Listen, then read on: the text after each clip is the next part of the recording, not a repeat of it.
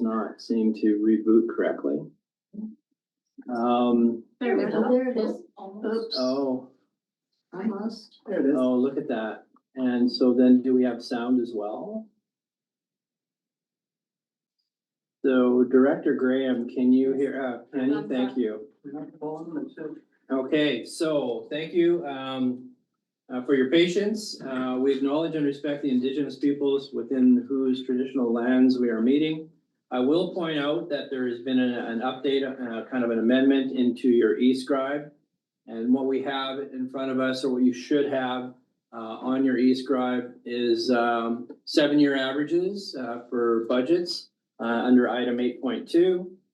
If you want to have a look at that when we get to it, just wanted to point that out. And we are ready to move on with the receipt of the minutes. Any errors or omissions in the minutes as detected by our group? I'm seeing nods of head. Put your hands up on the screen if you wish to add in. Can I get an approval, or do we have to do anything on that? Simply receive. Just receive. Thank you very much. We will now move to, we have a delegation, Gord McCammon from South Kootenay Lake Community Services Society. Gord, if you're here, please turn your camera on. Thank you. Welcome. And you're presenting a multidisciplinary investigation in the geothermal energy potential of the East Shore Kootenay Lake to us here in the committee. Welcome, Gord. Thank you. I appreciate you allowing me the time to give you folks an update. I have the presentation on my computer and I can share my screen if that's how you'd like to do it. Kelly, that's good.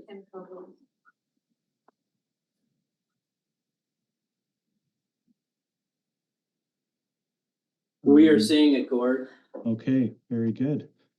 Things are working. So, quickly, just an acknowledgement of our Indigenous neighbors. We wish to acknowledge that the activities carried out as part of this project were conducted on the unceded lands of the Tunaka Nation. We hold a deep respect for this land and for the people who have historically resided here and continue to do so. So I recognize some of the names, so I would imagine for those folks, it's a bit of an update. For new people, it's an overview. The project started in 2021 and we're entering year 5. So geothermal, why here? It's an area of the North American Cordillera, the mountain belt, which is has enormously high heat flows. In fact, the Kootenay Lake area is probably 25 to 40% higher background in terms of heat flow than the remainder of BC. And there's abundant hot springs. As you can see on the map there, there's probably something like 18 hot springs in our area, 4 within a 13-kilometer radius of Crawford Bay. And so the project has really targeted geothermal fluids in the subsurface, recognizing that they have the potential to offer up a range of commercial-based direct heat applications. And so I'll talk a little bit about faulting as we move into this, but these thermal expressions at surface, as per these red dots, are controlled largely by faults that go deeply into the Earth's crust. And I've flagged 2 on the table there, namely Ainsworth and Dewar Creek. Ainsworth is of mention because it's the second hottest calculated temperature at depth, or Tmax, after Mount Meager in the volcanic belt. So it's a recognized hot source, and I'll talk more about that. Dewar Creek, which we sampled here this summer, is actually the second hottest thermal expression at surface in BC. So we're in a good neighborhood here. This basically outlines the project focus area, which recently, last year, we expanded some of our reconnaissance work to include the area around Ainsworth. And this is subsequent to conversations with the Akanuki. Phase 1 and 2 were supported by CSLAC funding, and then we've kind of moved on and done further work as outlined there on the right-hand side, incorporating not just geology, but geochemistry and geophysical surveys into the workflow. And then this year we're diving into some economics and business modeling, which I'll talk a little bit more towards the end. So these are the 4 main hot springs that I mentioned earlier. The Crawford Creek hot spring just outside of Crawford Bay, we've treated that kind of like a bit of a laboratory because of the surface expression there and a number of factors, but you'll see more about that as I move on. And so, as I mentioned, fractures, faults and fractures control vertical movement of thermal fluids. And some of you may know that they encountered thermal fluids in the Rindell mine. And actually, the high rate of flow in the Kootenai Chief ore body was probably a determining factor in the premature abandonment of the mine. But that's been studied by Monahan and Pattison from the University of Calgary, and they've modeled the fracture networks that control the placement not only of the ore, but also the thermal fluids that are found there. And there's an interesting coincidence, or maybe not coincidence, but similarity to some of the fracture patterns we're seeing elsewhere on the east shore. And so at the end of phase 2, which was CSLAC supported, we went up and did a drone survey. Selkirk did a drone survey, a thermal survey for us up at Crawford Creek. And just here on the right-hand side is the actual warm spring of note. But then we saw a number of other anomalous expressions downstream of that. And when we got out into the field in phase 3, we started ground truthing some of these things and actually found that there were a number of thermal seeps ranging from 16 or 17 degrees up to 31, 32 degrees. And the one thing that was really interesting was that some of these springs or seeps were right in the bottom of the creek bed. And it wasn't until the late summer when the water level dropped that you could actually see the warm water flowing into Crawford Creek. So the entire system is probably about 300 meters wide. And so in phase 4, we did some ground-based and airborne geophysics, as well as some detailed geological mapping. And this is just a couple of images from the the drone-based aeromagnetic magnetometer survey. And without getting into too much detail, the one on the left looks at the rate of change vertically, and the one on the right looks at the rate of change horizontally. And there's some interesting patterns that emerge, particularly on the right. You'll see a very distinct west-northwest, east-southeast pattern. That west-northwest trend is coincident, and it's the same as the fracture pattern that controlled the placement of thermal water and ore in Rindell. And the other thing that's interesting is that these trends, this structural fabric that's evident here, is actually also measured in the outcrop, in the bedrock, when we go out and measure the fracture patterns, so that the two methodologies are actually confirming one another.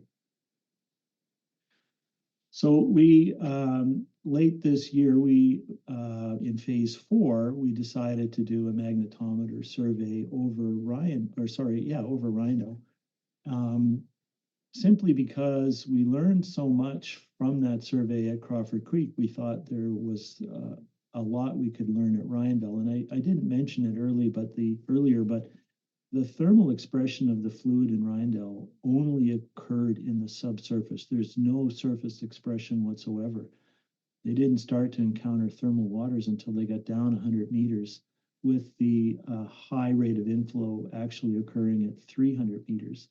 So we want to fly this survey, and we're going to probably be doing it here within the next 2 weeks. Hopefully, I'm waiting confirmation on that, but hopefully that will serve to model some of these subsurface structures that control the movement of thermal waters. And this is a relatively inexpensive way for us to do this kind of work. The other thing that we did in phase 3 was University of Victoria came up and they laid out cables. It's called an ERT. It's an electrical resistivity tomography survey. It's a passive survey. They hook these cables up to car batteries and then circulate a current through it. And what it does is actually show you conductors, electrical conductors in the subsurface. And we saw these conductors at 4 different levels. And what a conductor could be is it could be an ore body, which is probably not likely in this case, or it's saline water in what would otherwise be dense bedrock. And so here's one here. This is the C4 is the deepest one that we imaged, and it's about 160 meters below the Forest Service Road above Crawford Creek. We actually laid out cables along the creek and down past the Worm Spring, and we can actually see conductors there that are beneath the surface expressions, about 40 meters beneath them. And so moving into phase 5, we're working with Selkirk again, but this time more on the economic modeling side, as well as the applied research group at College of the Rockies. And so we've got some ETSI funding in place to do economic modeling, looking at greenhouses specifically, but geothermally heated greenhouses, scope, size, cost structure, and greenhouse technology advancements. And there'll be 2 students that will contract over the summer to do this work. We really want to understand where this geothermal direct heat model can go in terms of an end target. So this will be really instructive work, I believe. So in closing, we're in a good neighborhood. There's lots of direct evidence that there is a very active geothermal system underfoot. The work that we did in phases 3 and 4 supports that hypothesis, and also the structural geological model that we've developed for the area. And then phase 5, as I mentioned, will not only do this economic work, but we're going to do some more geophysics to hopefully confirm some drilling locations to drill test wells at Crawford Creek. That's our current thinking. And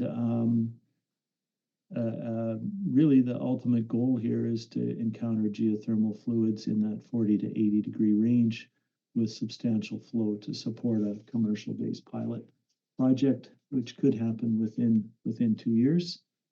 Fingers crossed. And here's some of the groups that have supported us through this process. I should mention that this all started with CSLAC support in 2021, and in the time since then, including the very significant volunteer time and the in-kind hours that myself and others have put into this, we've probably put close to $500,000 of effort into this project to this point. Thank you, Gord. Are you able to take questions? I am. All right, I have a list developing, Director Jackman, then Watson, but first, before I get there, Director Davidoff joined us at about 10 minutes past the hour. And can you confirm, Andy, that you cannot see us? I can see you. I can hear everything. I saw the whole presentation. I actually joined at about 1:06, and it's just my video's messed up on my end. So Very good. yeah, we're good. Thanks, Chair. You betcha. Director Jackman. Thank you. Through the chair, hi Gord. You know, I've seen your presentations many times. Thanks for noting that we're into about $500,000 of value here. Question is something that I've asked many times. All of the science, all of the modeling, everything you're doing, you mentioned that will confirm test well drilling locations on the East Shore, but this model, this approach, what to zero in on, will it be translatable to other areas? Because we know there's hot spots around Selma, of course, cusp, greater than cusp. But maybe this will lead to more rapid development of geothermal potential in other areas. So do you feel relatively confident that your methodology would help other areas explore their potential with less expenditure? Well, absolutely. I mean, that was the thinking going in is hopefully we could develop a methodology and approach and demonstrate that some of these simple off-the-shelf technologies can actually be used to de-risk and identify potential targets. Now, you have to also recognize that some of the fault systems that we showed on some of those earlier slides are really quite regional in nature. And so, you know, if you're able to successfully identify a commercial geothermal reservoir in one area, it certainly suggests that there's legs to it and it can be pursued along some of these trends. This year, we did some very specialized geochem work looking at stable isotopes. And the interesting thing about that, and we have a geothermal specialist who did some geochem work for us last year, who's reviewing the data and putting together a report. But the initial indications are that the Ainsworth in particular is seeing a significant component of contribution from the mantle. And so we're talking really deep. So this thermal influence is coming up from significant depths. And so this is not a one-off, in my opinion. This is speaking to a larger system, and we're really just kind of scratching the surface at this point. Supplemental, Director Jackman? Nope, that's what I thought All you right. would say. Thank you, Director Watson. Yeah, thanks. I'm curious about the, I appreciated you just mentioned Ainsworth, that is in the area I represent. What I'm curious about is two things. Just, I noted that it was starred as though it was part of your project, but I didn't quite hear what might be occurring. And also, when it comes to what I understand from Ainsworth and previous stability issues, how does this intersect with things where we have unstable geography? Lots of mining, lots of logging, and I don't know if they intersect at all, but that's what I'm curious about. So is there actual work occurring in Ainsworth to look at developing any of the geothermal? And secondary to that, does it intersect in any way with slope stability? Well, to answer your first question, we have been engaged with members of the Yakanuki for the last year and a half or more. And it was through that dialogue that we decided to extend our work to include the area around Ainsworth. There's been some historic mapping done there from the 60s and 70s, and so it's reasonably well understood, but we wanted to go out and boots on the ground and actually verify that and understand it and put it in the context of what we're seeing on the east side.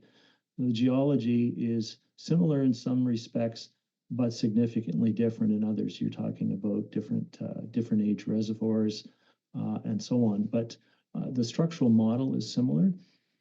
And the Yakanuki are supportive. They like what we're doing, and we're going to continue to work with them. And we plan to do more work on the Ainsworth side this year. We have an application into REDIP, and if we're successful with that, we'll be hiring another geology student for the summer to do more work, Ainsworth specifically, as well as Rindell.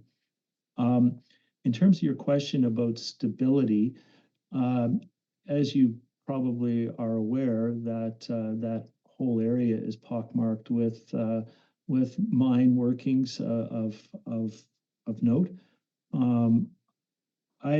I don't know that there's a slope stability issue that we would need to be concerned with. It's certainly not something that we've looked at, but it's something we would certainly consider before we undertook any kind of activity like drilling a test hole or anything like that. There's obviously some risk that anything you do proximal to Ainsworth, you certainly wouldn't want to affect the existing plumbing, if you will, of that system. And so we'd be very careful of doing anything that had any kind of potential negative impact. Supplemental, Amy? Yeah, thank you, Chair. Two on that. One is just, it'd be great to be in the loop on that. I do obviously represent the residents in Ainsworth as well. And then we have LiDAR. We have a lot of data that we collected over the last few years. So I would hope that if that is effective or helpful to you, that you can access that through our staff. Sounds really exciting. Also in Ainsworth, of course, we have a sewer system. We have multiple water systems. So if you're needing support on kind of getting GIS or anything like that, there are multiple place points for that kind of data that's outside the kind of resort boundaries. So happy to hopefully be in the loop on that and see how I can support as well. Thank you. Thank Great, you. thank you. Director Weatherhead. Thank you through the chair to Gord. That was an excellent presentation. Thank you. I was most interested in your comments about the depth that you had discovered. And I'm in Area K. I've got, Cape Horn, Pathway, Halcyon, Nikas, Hot Springs, all of that. And there's others up there too. My husband was logging and discovered one years ago. Anyway, so my question would be, does this lead you to believe that there's some type of network? And if so, does it make sense that that network could be tapped into somewhere in between some of these active areas that would also be effective for development for greenhouses or what have you? Yes, and I guess I'll start off by saying that the area around Nikas looks like it's got a crustal heat source or a radiogenic heat source. When we sampled Dewar Creek, which is the second hottest hot spring in BC, it looks like a crustal radiogenic source as opposed to a deep-rooted mantle source. We haven't spent a lot of time, frankly, studying these types of systems, but that appears to be the system that's in place around the cusp. They are fracture controlled or fault controlled, but they're in close proximity to a large granitic body, which generates heat through radioactive decay over the millennia. And so it's a slightly different model, but it doesn't mean that the work that we're doing isn't going to eventually lead to better understanding of those systems as well.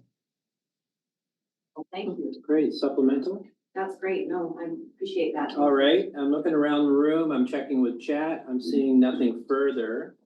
Gord, you're certainly more than welcome to stay with us as long as you wish. And thank you for your investigation on the geothermal energy potential of the east shore of Kootenay Lake. I know that with Director Jackman, it's one of his favorite things to talk about, so we'll get to hear more and more about it in the future. Great. Well, thanks very much for your time and attention and interest, and I appreciate the offer to stick around, but I will probably just drop off the call at this point. All right. And once again, thank you for joining us today. You're welcome. We're on to 7.1 staff reports. First one up is the sustainability service report projects and areas of activity. Paris, will you be leading us on that? Thank you, through the Thank chair. So if I can direct your attention to the second page of the staff updates, there are some updates to note. First one is that there's a contribution agreement for the Goat Watershed Project water sustainability planning in the agenda package, which will be in discussion. And then also the natural asset management, the project is underway. So we have contracted with Green Analytics And they're working on that project for the Waima watershed. And a report is expected in early April and will be brought to CSLAC. As well, I missed Locan Lake River Partnership, ongoing review of terms of reference, and the Living Lakes Groundwater Monitoring Project, which was a project funded by CSLAC. It will be complete at the end of March, and a report will be brought to CSLAC in April. The Rural Grid Resilience Investigation, there was a question about presenting to CSLAC at the last meeting, and I've spoken with the project proponent, and they will be presenting to CSLAC in June on that project. And then the Regional Active and Low Carbon Transportation Strategy, so that's also in the agenda package, the bylaw, the draft bylaw for CSLAC's review. Central Kootenai Food Policy Council, there is a funding proposal that's included in the 2025 draft budget that was it was approved to be included in the financial plan by the board in the fall. And then the climate action strategy, staff are working on developing the business cases, and we'll be bringing an update to the board in March. And lastly, the Regional Invasive Species Plan and Working Group. So following renewal of funding by the board, the working group has met and did meet on January 31st. And Director Vandenberg is the chair of that committee, and I believe has provided an update in the board agenda packet. And then turning to the next page, page 3, this provides the overview, the proposal for the work plan for 2025. And sorry, that should say 2025, not 2029, jumping ahead there, but it is year 9. And the proposal is that 10% of staff time would be allocated to food and agriculture, 50% would be allocated to water, 5% to energy and transportation, 15% to climate action, and noting that that's 15% of the total time of my position, so that's not funded by CSLAC, and 10% for joint administration between CSLAC and S100, which accounts to 90%, leaving 10% available for new contracts. And so this isn't necessarily projects being developed, but contracts that a third party could be funded through CSLAC if the committee chooses to go that direction. And that there is no funding commitments at this time by CSLAC. Thank you. All right, thank you, Paris. I am looking to chat and looking around the room for any questions regarding Paris's update. I do have a question. Yep, Director Popoff. Yes, through the chair. You mentioned about the Spokane Lake and River Partnership. Can you expand on that? That's going to be completed, or? Thank you, through the chair. No, it's that ongoing terms of reference discussion. So there's no significant updates at this point. Okay, thank you. All right. Nothing further. I will move on to 8.1, Communities Sustainable Living Advisory Committee 2025 Planning. And I am looking to Paris again. Thank you, through the chair. So we've prepared a presentation. Shelley, if you can pull up the slides, please.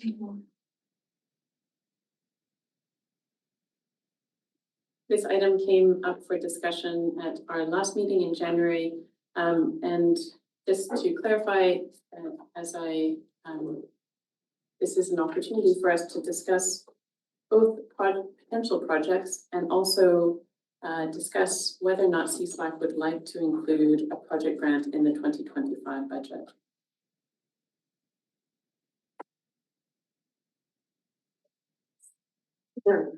Next slide, please.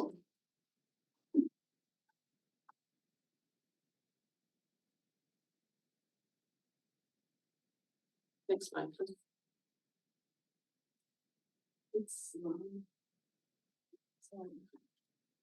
The outline for, which will be the next slide, the outline for today's presentation will be to talk a little bit about CSLAC's role in research and development, and the distribution of CSLAC projects. So there's some analysis that's provided both across geography and by sector. where are the gaps and opportunities that could be explored, and then turning it over for discussion of project ideas for 2025. Next slide, please. So as mentioned, there are two points for today's presentation and discussion. One is to discuss what could be done in individual communities. You go back, please. Individual communities with $5,000 to $10,000 to support regional sustainability and resilience. And then also to determine whether or not CSLAC, as a partner grant, will be included in the 2025 budget. Next slide, please. This provides an overview of the type of funding that CSLAC has done in the past and how the funding is organized. One is as project funding with a cap of $10,000 per year. And these are typically done as one-time requests to explore ideas. And the presentation that we just had is in a perfect example where that was an idea that CSLAC explored twice for phase 1 and phase 2, which then enabled them to establish a level of foundation to apply for more substantive grants. The other type of funding, and we don't have any projects that are eligible for this type of funding at this time, is program funding. And typically CSLAC has funded programs at $15,000 per year. Next slide, please. As a reminder, some of the areas that CSLAC has focused on and can focus on include climate action, energy, housing, transportation, food and agriculture, and water. This list includes some of the projects that have benefited from CSLAC support. Next slide, please. One of the ways, or some of the ways that to understand CSLAC's role in research and development is that CSLAC explores questions and ideas that are important to residents of the RDCK, and that these can often begin with a conversation. Like committee members investigate ideas that then become projects or programs. This process increases the accessibility to local government for residents in a way that is relatively unique. And I see this just through conversations with other staff members from across the province, that what CSLAC provides is a unique service to residents. And that the work that CSLAC does in this area supports the following 6 strategic priorities of the board's of the RDCK board strategic priorities. Next slide, please. This provides a high-level analysis or high-level understanding of how CSLAC's projects have been distributed by sector. So food and agriculture, water, energy, climate action, and transportation. There haven't been any projects to date in housing through CSLAC, as this is an area that's active within planning. You can see that water tends to be an area of greatest number of projects, and then areas like transportation, which is just developing, and climate action, which has been active for a while, but is a area with many active areas within that. Next slide, please. This slide shows the distribution of projects across the region. And I'll just draw your attention to the first bar there, which is all. And so again, following the way that CSLAC has prioritized its funding, typically the projects that are explored benefit not singular areas, but across the whole regional district. And when they do or are specified within a particular area, they are chosen with the idea that they could be scaled up or expanded to benefit the whole region, or at least multiple areas within the region. And again, I'll use the example of the presentation just now where that geothermal technology could be applied across the regional district in the hotspots, as Gord was explaining. Then also this chart shows that there's some areas, I, J, K, Caslow, and Silverton, that haven't had distinct projects in those areas.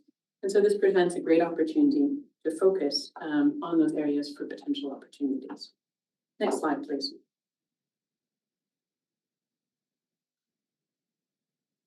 Specifically for 2025, this is the distribution of projects at the moment. And so in climate action, there's no project identified for 2025, but there is considerable work being done at the S100 level, so at the board level. There are 4 projects active within water. The General Watershed Governance Initiative Project, Slocan Lake and River Partnership, Natural Asset Management in Quartz Creek, Weimer Watershed, and then the Goat River Watershed in areas A, B, and C. In energy, there's no specific project that's been identified for 2025. In food and agriculture, there's no project that's been identified for 2025. And in transportation, there's the Regional Mobility Working Group, which is a 2-year pilot to investigate rural transportation solutions. So again, that identifies opportunities both geographically and also by sector.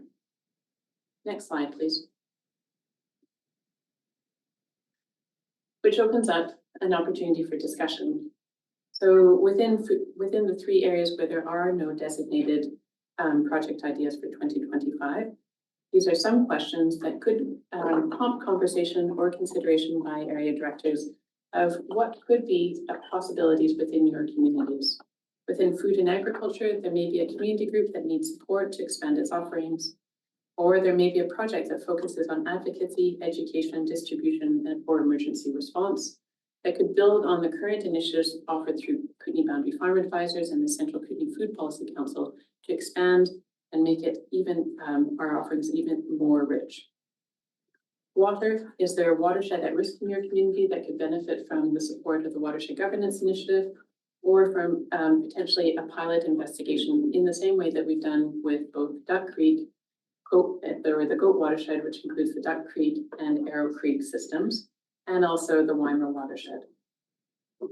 And then energy, is there a community hall that could use some support for upgrades or energy resilience? This may not be necessarily the focus of CSLAC, but it's always good to know, as this is the area of work of the senior energy specialist. And it could be an opportunity like we did with the Proctor Hall community to support a project and funding through external source. And then lastly, is there a technology that could be explored or developed or piloted rather in a particular community related to efficiency? And then next slide. Oh, no. To the chair, would you like to stop there, or shall I proceed to the next question? We will stop at this point. I do have a few people on the list. I do see that Director Page has joined. Keith, are you still with us? Well, I guess it would tell me if you left. Perhaps maybe we could offer freedom of the floor. So Director moved. Jackman, seconded. Anyone not wanting to hear from Keith if he has some words of wisdom? It looks like you're good, Keith. I will start with Director Watson, David off, and then Pop off. Thank you. I got a couple things. I'm sorry, Chair Vanberg, I had put my name in chat at the very end of the last section. So I'm not gonna address that one at this time because I don't want to complicate it. A couple questions on what I've seen here. First is, we need an update on REAP. It would be really great to understand where that project is at. I've been getting ads for it and I didn't realize we were continuing. There were issues with the rural areas getting servicing. The last time we saw some demographics, it was heavily focused in the Nelson area, which is great for Nelson. But I just want to note to staff if we could please get an update on REAP at some point. I see water was identified in Area D. That must have been a water monitoring project, perhaps. That was just a side question, don't need to answer it. In terms of the question on looking to support more projects, I'm going to be honest in the kindest way and say I am not in favor of further expanding what we're doing. As a region as a whole, with everything that we are doing, we are severely impacting our core services because we have too many tentacles everywhere. Frankly, I'd say for food and ag, we are doing more than we need to, more than what most local governments would doing. I'd check that box with funding to Food Policy Council and funding to Kootenay Boundary Farm Advisors. We are definitely doing things. It's just funded through a different service. So I'd say we are doing those things.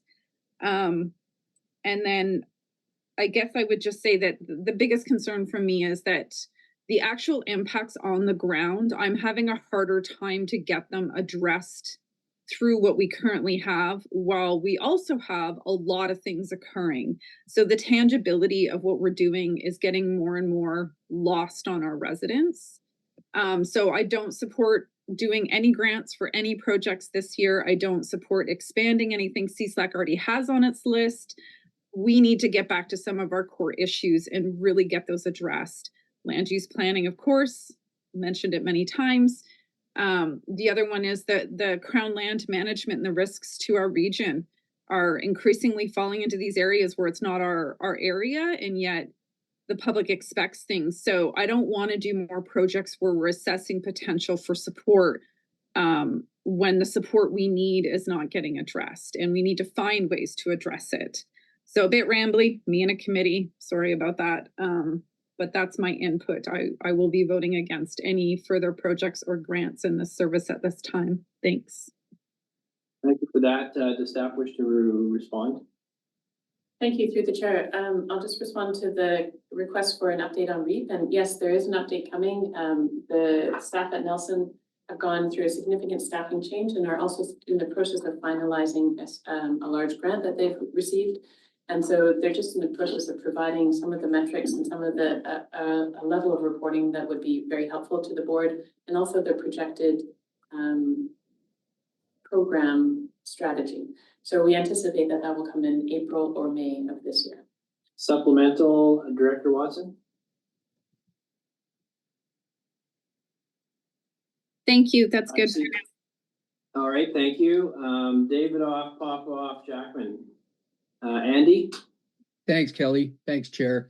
My question is, I was gonna wait, I guess, a little bit till the Rural Mobility Community Advisory Committee bylaw came on, but it's also included in this presentation. And the amount of money that's allocated to this committee, that could it include, for example, active transportation corridors and things like that? Is that possible through the chair? Yeah. Thank you. Through the chair, may I ask for a question of clarification? Andy, can you give us an example, please?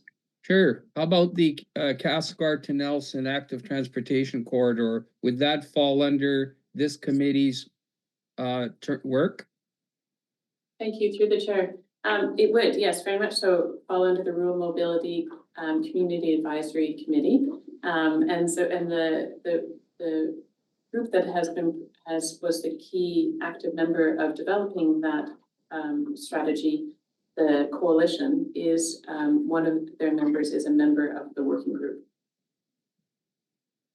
Okay. Supplemental? Yep.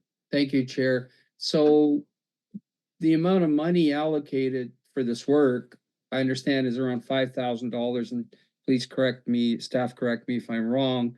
Is that going to do it? Are they going to be able to do it for that kind of money? Through the chair? Thank you. Through the chair. So this committee will see probably at the next meeting in April is a list of projects that are being proposed by the working group.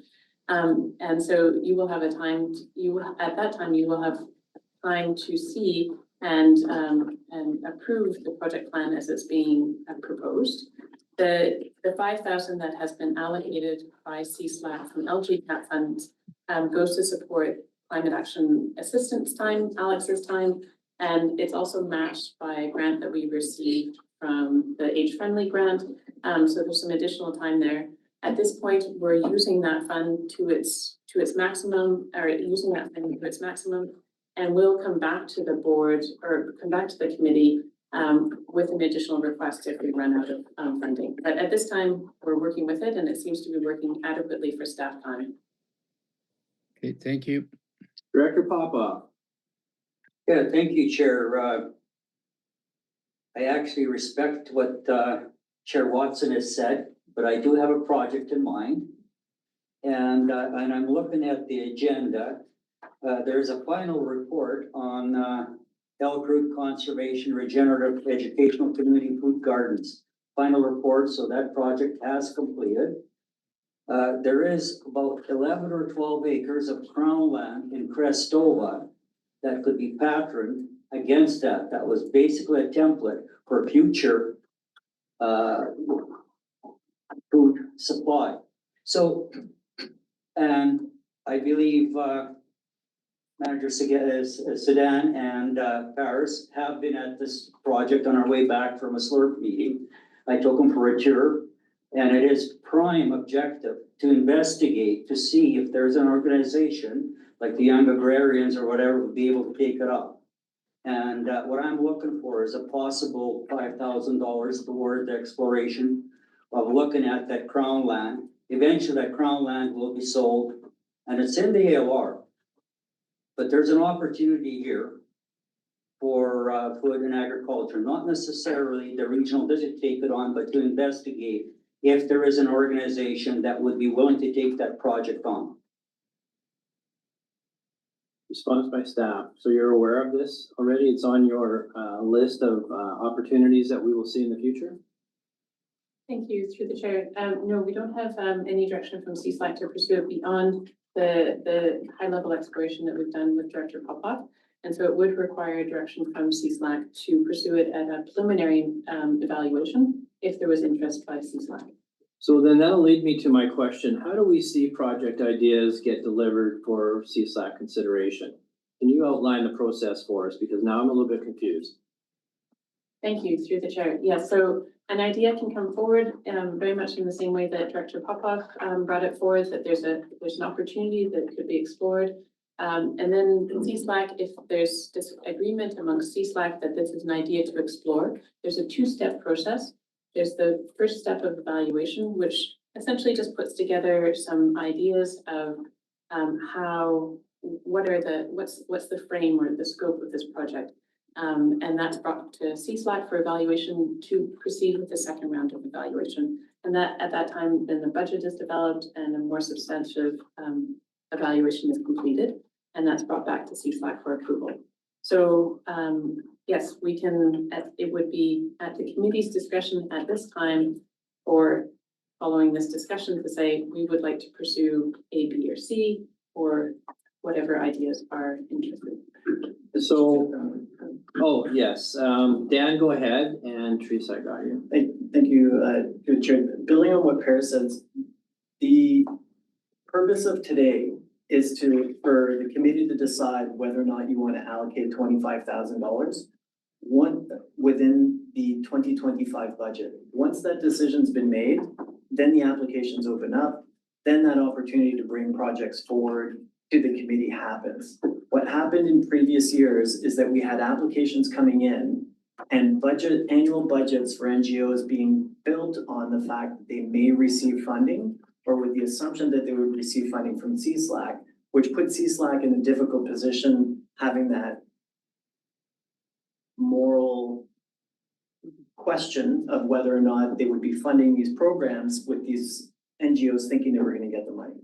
So we wanted to clarify that process. So now you make a decision about whether or not you want to have that budget, and then we open it up to the NGOs. Because it was also creating that problem for the NGOs that assumed they would potentially getting that budget. So this just cleans it up. Whether or not you want to put the money in and then open up the application.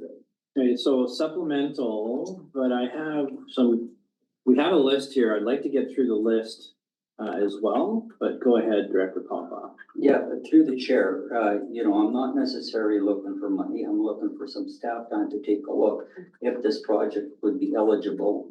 And then there will be consideration for funding at a later date. So noted, thank you. Director Jackman. Yeah, thank you. So goes well with what Dan just said. We're not on the next page yet. The next page is due on 25,000 a year. Caution everybody, because I have a concern that the budget shows an operating surplus into future years, which may not be there. $25,000. If it's not there, then there is no $25,000 for the line item below under expenditures, unless taxation goes up by 25,000. So instead of modest increases, we might see a significant taxation bump.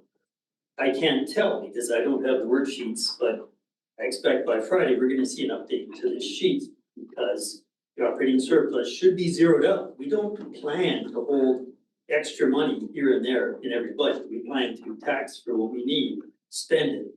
If something happens where a project carries over, then you get money carried over, but we don't plan future years of having extra money for year 26, 27, 28. So a caution, we can't make a decision today, in my mind, based on what we have.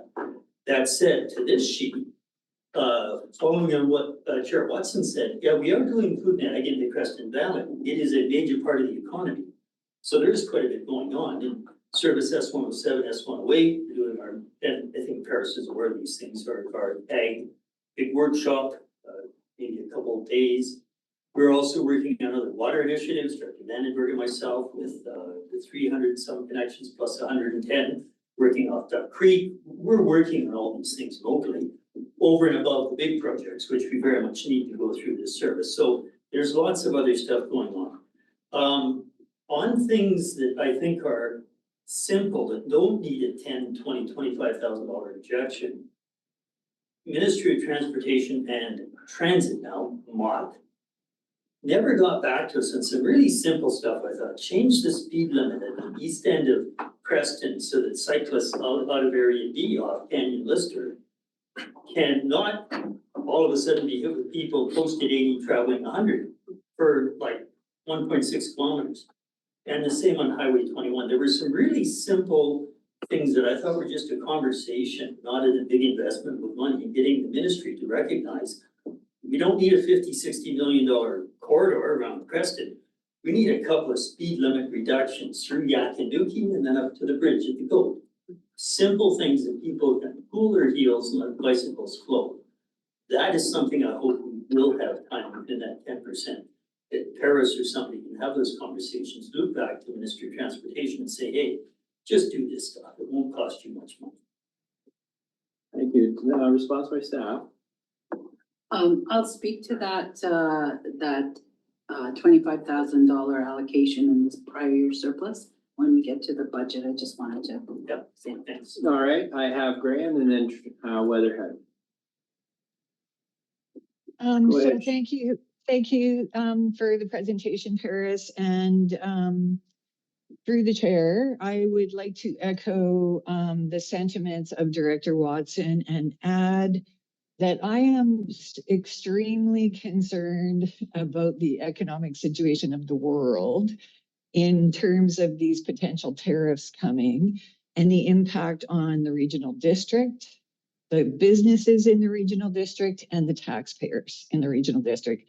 And I think it's going to be massive.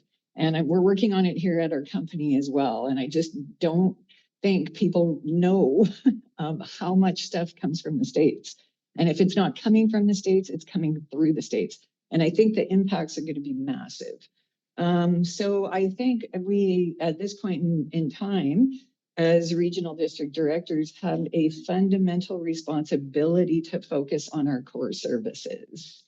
And I would say also that for these, so I would not support the grants this year, but I would say that those proponents could be redirected to READY grants, to community development grants, to discretionary grants, or to the Kootenay Lake Conservation Program grants. So there is ample opportunity for projects in the area that may need funding to find funding from other sources. And lastly, I just wanted to, in case you guys don't know, Harapal was successful with a grant with the Columbia Basin Trust for some energy upgrades. And we will be supporting that through an Area E community development grant. So that is just something under the energy topic that is happening that maybe you weren't aware of. Thank you. Reaction from staff on that? Director Weatherhead. Thank you, Cheryl. Thank you, through chair to staff.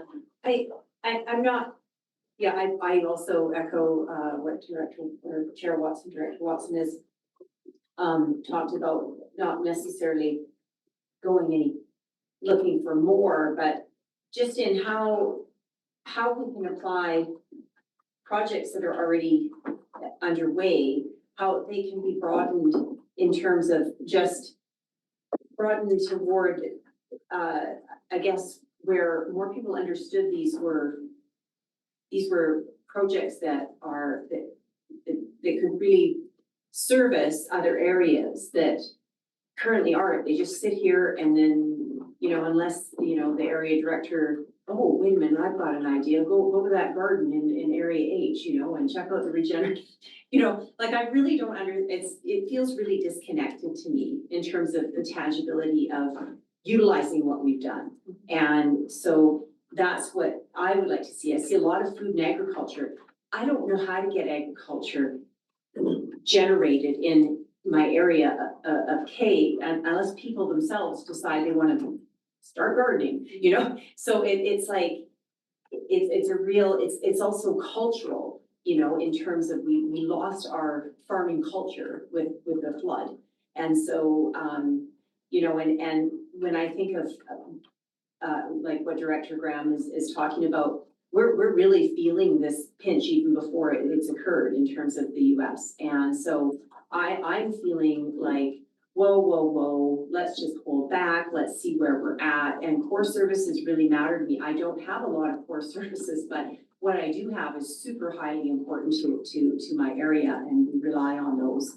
And things like the watershed, that's all of us. I mean, we're all, but it's like, how do we use these rather than a study sitting on a shelf? I don't know where they really sit, but you know what I'm saying. It's just, how do we apply them more broadly to the regional district? And it seems like it's there, and it's kind of tied up in a nice package, put a bow on it, but now what do we do with it? And so, I'd like to dig deeper into that and that's kind of where I'm at. I'm not wanting to go further, find more, because it seems like if we bring more, then it's, oh, well, that director's got a great idea in that area, we'll bring that forward. Well, okay, then that takes the precedence then, and then again, unless we are keen enough to walk around our area and go, oh, I've got an idea, and I'm not gonna do that. It's gonna have to be generated somewhere else. I don't have time to find. I've got a lot of land that could be, used for things. I'll stop there. Thank you. I have Henry Graff and Maine, and Sangeeta would like to take a moment to respond. Thank you. Yeah, through the chair. So how that information translates is in the work that we come to the board, reports that we submit to the board. For example, the Ag Area Plan was developed under the Sustainability Service. Once it was developed, the results of that plan were then incorporated into planning processes. And so every time in rural affairs, you receive a report around agriculture, it references that plan. Another example is all of our hazard mapping that we've done.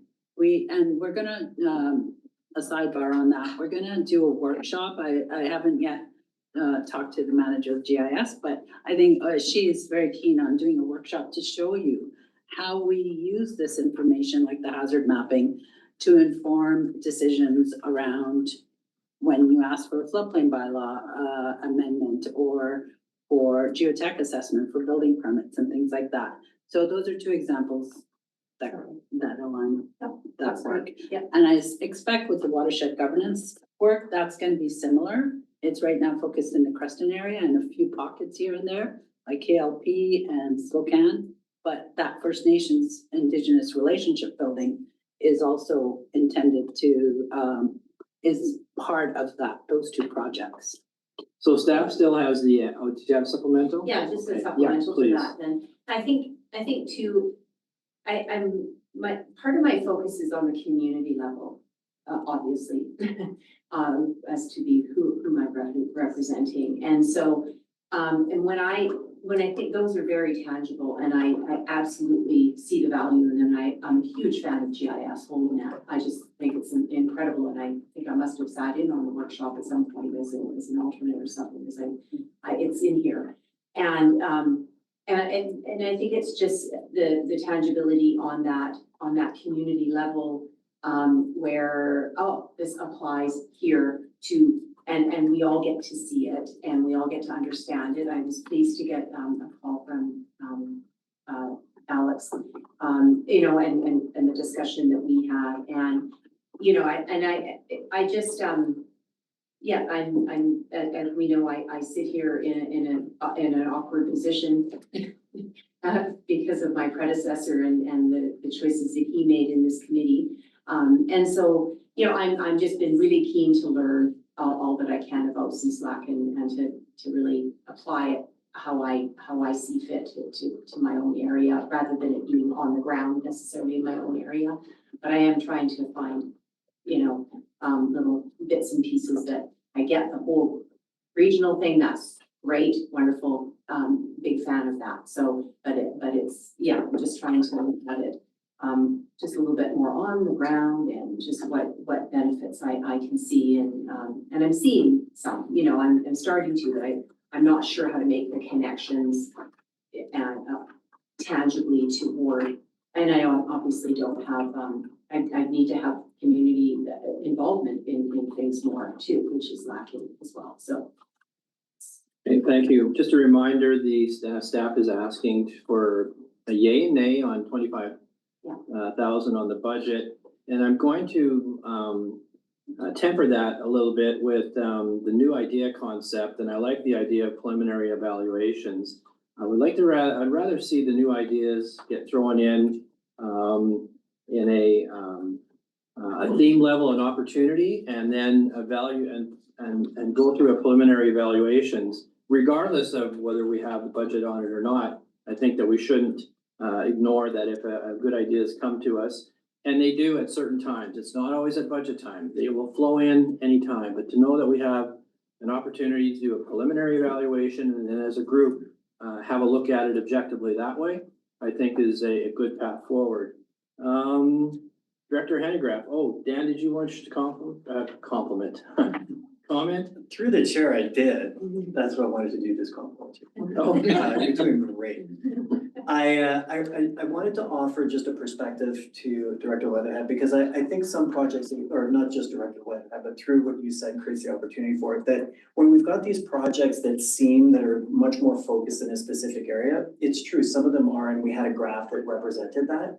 It is to this committee's discretion, if you wanted to, if you did make a choice to go forward with this $25,000 in funding, you could also attach that with, when we open up applications, that we'd like to see as part of the application process, that our potential proponents add a piece on how could this scale regionally? How do you see this having a regional impact beyond just what you have locally? So that it becomes part of what you're assessing when you're looking at these projects coming in. And you, like to your point, Chair Vandenberg, that is a piece of information that you're using to assess whether or not you want to grant a project. okay. Director Hennegraff. At long last, I'm here. I'm just gonna add my shitty voice to the, sorry about the language. I'm quite sick. And so I'm just gonna add myself to the choir of people who are saying, no new projects, at least not this year. There's just, as Director Graham explained quite well, too much uncertainty going on right now. Personally, I don't see where my area in particular has benefited all that much. And I don't think that now saying, oh, well, we're gonna do projects in I, J, and K. To me, that doesn't seem like a solution. I think we need to focus on what we've got in the hopper right now and not go looking farther afield. Thanks. All right. Thank you, Director Main, and then I have David off with a question. Okay, thank you. Thank you very much, Chair. I've been listening to what everybody has been saying. I think it's reasonable to take a 1-year break from proactively looking for new projects. But I'm going to modify that with, okay, there's two things. In an era of such uncertainty, we need to retain every tool that we have at our hands, including that $25,000 that this committee could use in some form or fashion during the year. With such uncertainty, we need to be resilient. We need to be able to respond to emerging needs in our communities. That could be around food security, that could be around water security, that could be around any of the topic lanes that we deal with. So while I would agree to not necessarily taking on new work this year, I would also say let's budget that $25,000 because something could happen that we might have the ability to respond to. And we wouldn't want to be caught with, oh, we didn't put that $25,000 in our budget this year.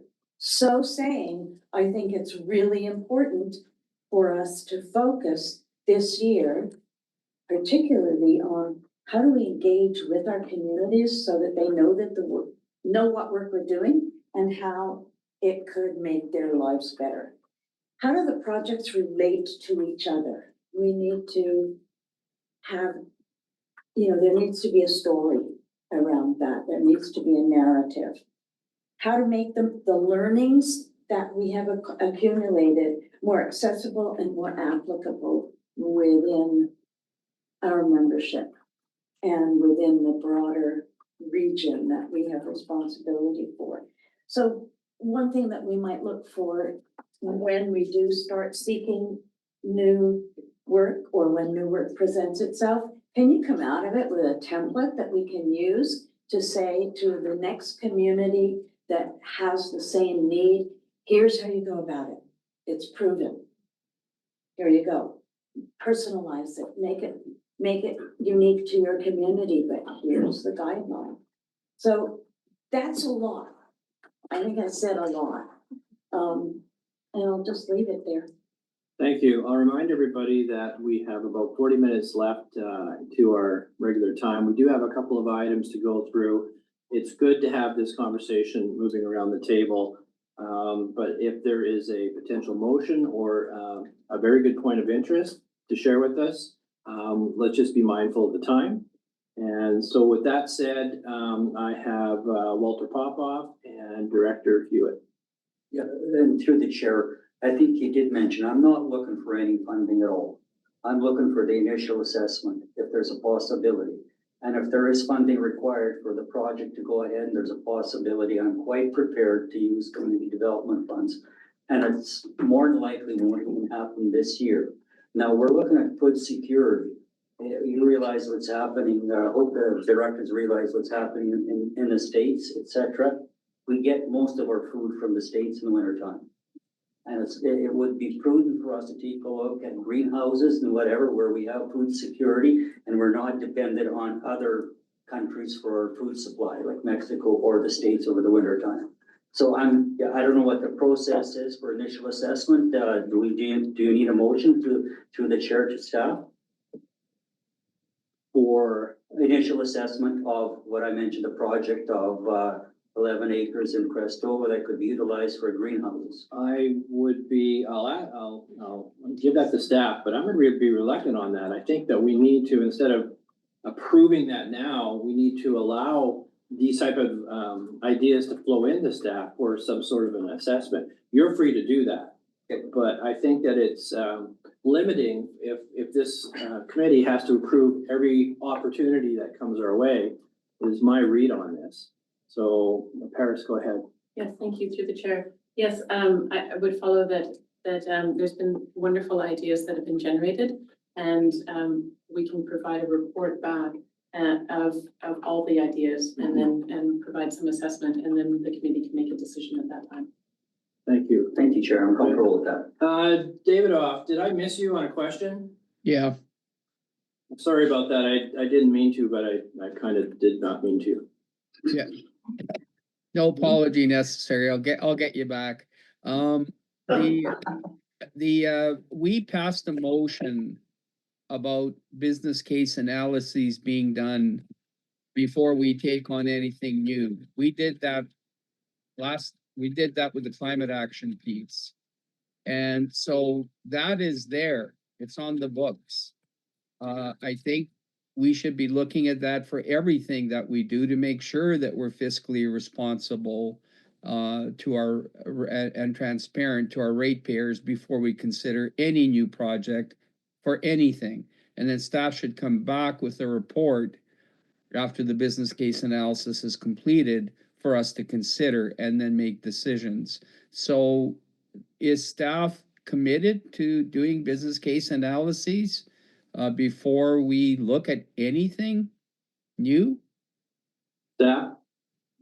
Through the chair, that is how we bring forward our reports through a business case analysis. So if this committee chooses to allocate $25,000 to projects this year, every project that would be coming forward would come with a board report and therefore a business case analysis, and you can choose what you want to do with it at that point. The other thing I wanted to add, if I may, Chair, just take the opportunity, is if you do allocate the $25,000 to the budget this year, because it's currently in the budget, but we don't spend it, that can be, to Director Main's point, just rolled over into the next year as a surplus, and then you keep it earmarked, and it just rolls over. It doesn't go back to requisition on an annual basis. It's a surplus. No, am I misspeaking? A little bit? I might be misspeaking. I'm getting eyeballs. Anyways, I'll stop there then. All right, I have, who do I have? I have Director Hewitt and then Watson with a motion. Just quickly through the chair, as I understand it, there is 10% of Paris's time that's unallocated. And it's been stated by a couple of directors already that there would be value in investigating the transferability of the current studies and work that's been done. I would suggest that that would be something worthwhile for a compilation to be done, and then perhaps have Paris reach out to all of the areas and say, is there something that's in these areas of work that's already been done that could be looked at for your area in a future year? I'm not, because I know, I believe what Director Watson is wanting is, I'll leave that for her, but that's a suggestion. And then it doesn't come attached with budget. It utilizes surplus staff time. Yes, thank you. I'm gonna move on to Watson, Director Watson.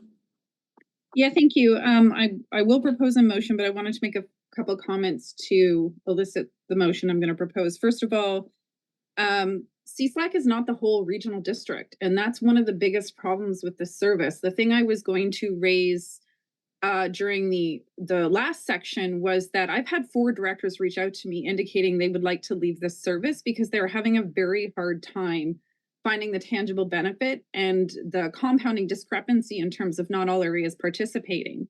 So I think that that's the elephant in the room every time we come back to this conversation. And I think we need to highlight that we need to have a discussion about how we can improve the effectiveness of this service. So I just wanted to raise that. Second, in terms of the project Director Popoff is proposing, we need to really recognize there are 3 extremely well-versed organizations working in the regional district, specifically on food security, that we all funded to do that work. Central Kootenai Food Policy Council, Kootenai Boundary Farm Advisors, and specifically to the project Director Popoff's naming Young Agrarians, work specifically on land acquisition to do this work. I am concerned that even though staff would just be assessing the viability, they are not assessing it with the context that those organizations have. And so it comes back as, yeah, it could be possible. There's more to explore, which is generally the answer. And I understand that answer. But we need to be focusing on who's already doing this work that does it with expertise. And we have expertise, but not in the specific sectors that we're supporting. And CSLAC originally was going to be, or not originally, because it goes back and forth quite a bit, was there to support other entities already doing this work, but not replicating it. asking staff for a business case to review the ability to acquire land for a nonprofit organization to do food security work. That's exactly what young agrarians do. We can simply throw them some money to do a really great job of doing that. My big concern with CSLAC is we are all over the map with all the different things we're doing, and it's really confusing because it's not a wall-to-wall service.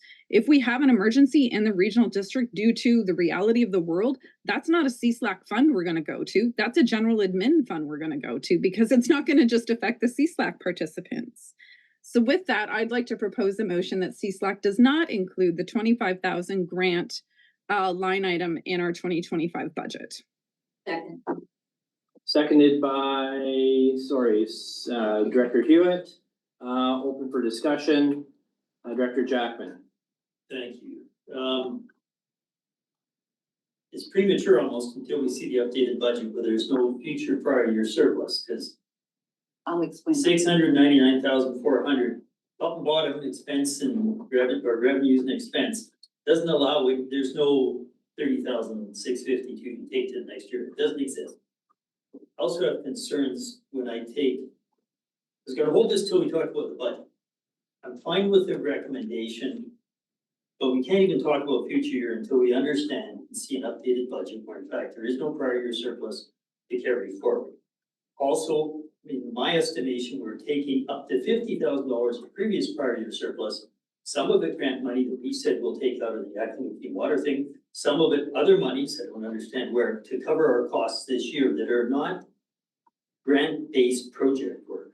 We're taking $50-some thousand, 20 of it from the one grant, and 30 of it from somewhere else.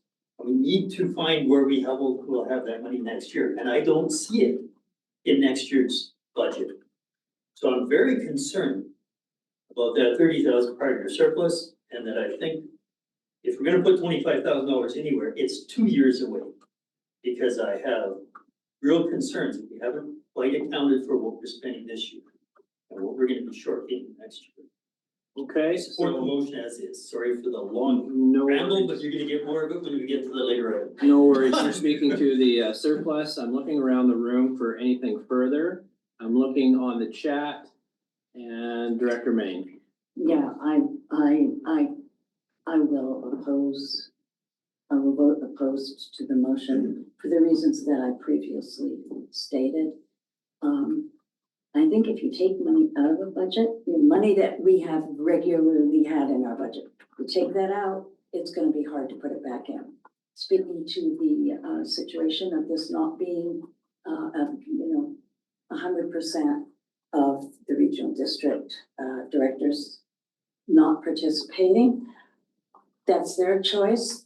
We successively over the years have chosen to continue doing this work because we see the benefit of it for the entire regional district, even though we're only working in certain areas because that's where our membership is.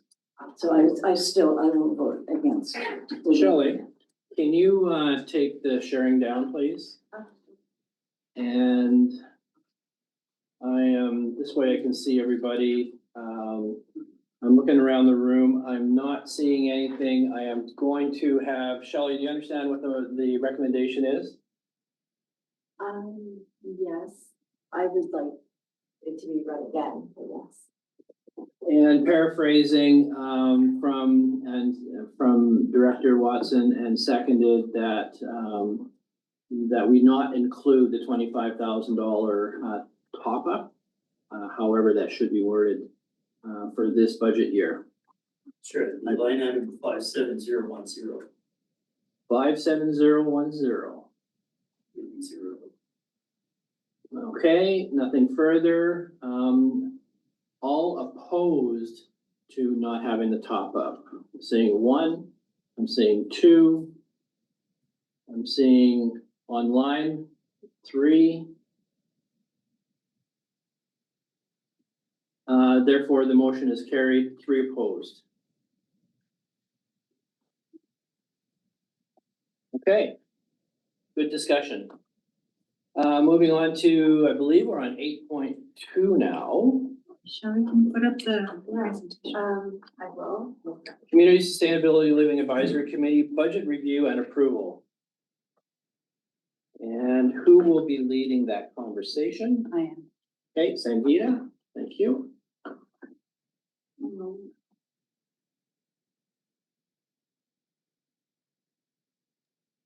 Chair, sorry, can we just take a quick 5-minute break? It's 2:30. Yeah, okay, let's do that. Okay. Okay. So 5-minute break, we will, and then we're just going to hit it hard when we get back. So when you hear the gavel, we're back in session.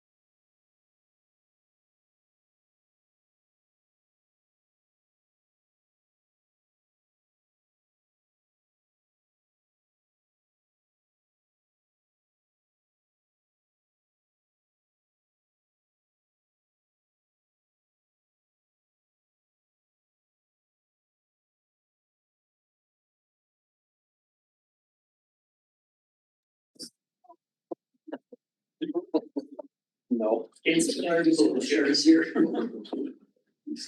Yeah, this chair doesn't even try. This is one.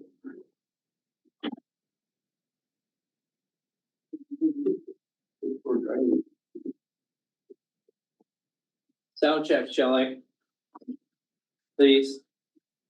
Good, thanks. And Director Page, my apologies, my friend. I did not see that you had jumped onto the chat list and I skipped over you. Believe me, it wasn't purposely. Likely story. I emailed everybody. It didn't require, the debate on the discussion, but I sent what my thoughts were and the economic plan from 2020. I think it's a bigger discussion. So then Keith, did you have it? Yes. You're good to go. We're ready to carry on. All right, thank you. All right, we are now moving on to 8.2. The gavel has sounded. And to that end, who will be leading this presentation? Sangeeta. Kelly, can you move to the next slide? All right, so today we're just gonna go through the 2025 draft budget and look at some budget highlights by the activities under the service. Next slide. But first we can look at what the actuals were. So if you look at the column with 2024 actuals, that's what we had in the budget, 520,302. Requisition was 310. Salaries and benefits is the line below, and then CSLAC grants that were issued in 2024 are there. And there were 2 grants for 10,000 each. And then I just wanted to explain that the budget amount in the actual of 520 really was a lot of grants that came in last year. And also from 2023 that were carried forward. So in 2025, we have a draft budget amount for expenses of 669,412. Requisition is 220,467. Salaries at 183, and then we have that full allocation of 25,000, which after the motion was passed that we're probably going to remove it for 2025. And then 14,200 for the WGI GIS work that's coming from the LGCAP. Next slide. So if you look at projects, so Kootenay Lake Partnership grant amount is 71,000. Grants were also included in prior surplus. So this is what I was told was the accounting rule, that if grants came in previous years, they needed to be put into prior year surplus. And so here you'll see 61,856 as well. That was for KLP, and the total contract amount equals that. With some expenses of $121 that is for the website. And I can stop at any point if you have any questions. Spokane Lake and River Partnership, similarly, they have a prior surplus that was allocated from the 2022. The date is there, and some of that money was spent, but a lot of it hasn't. Some of it's going to be used for contract work, and the remainder is going to be used for other expenses. And then comes the Yakanuki Watershed Security Plan. We have a grant that's 149,785 prior year surplus. This is 25,000 that was allocated for Duck Creek. So that's in addition to the grant that was allocated in 2022 by Director Jackman. And then there's the 14,200 transfer from other service, which is the LGCAP amount. And then the expenses are listed there, including the grant funding spend, and then you'll see the transfer to other service, 14,200. That is literally, we're gonna be running that LGCAP funding through CSLAC and then paying for GIS time to work on the WGI mapping project. So it's a flow through funding that you're seeing there. And then some expenses. Next is the Weimar Watershed Natural Asset Management Plan. There's an allocation of community works funding for 80,000. There's also contract amount that's listed here and consulting fees as well. So that should total 80 during that end. So I'll pause you here because you had said to ask any questions Yes. As you're going through. I have Director Graham, who is in a sense put up her hand. So thank you through the chair. This would be on the slide prior to this slide. And I'm just getting lost here. So I'm just hoping for some clarification from staff because I printed the CS 105 budget that Yev had emailed out to us recently.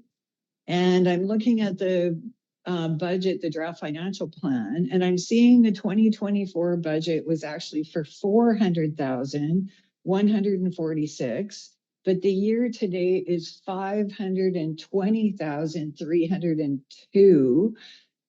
So I'm wondering about that extra $120,000. Yeah.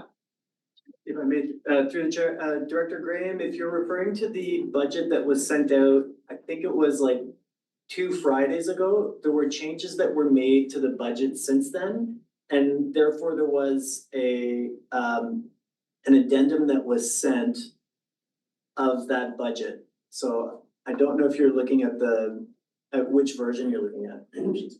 Okay, so through the chair, this is the attachment in eScribe right now as well. Okay. Okay, so if you go to the eScribe attachment and you open the draft financial plan, you'll see the 2024 budget is 400,146, but the year to date is 520,302. So I'm trying to understand or ask staff, like, what is that? What's the discrepancy? So through the chair, there's been some adjustments made to this budget since this was published and since this presentation was made. And so what Dan just informed us, so basically that new budget will reflect the amount for. Oh, Paris has something to say. If you're okay with this, through the chair. Yep, go ahead, Paris. Hi, the change in budget was because we didn't anticipate the watershed governance, the watershed security fund grant. And so that's the 120 difference that we received. And so that's the change from the $400,000 budget to the 520,000 budget. Thank you. Okay. Supplemental, Cheryl?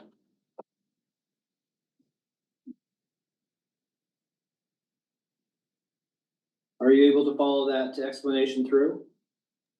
Thank you. Yep, that helps a lot. Thank you. I'm just trying to understand the budget. Thanks. Okay, great. So we're still on page 4 of the presentation. Thanks, Paris, for clarifying that.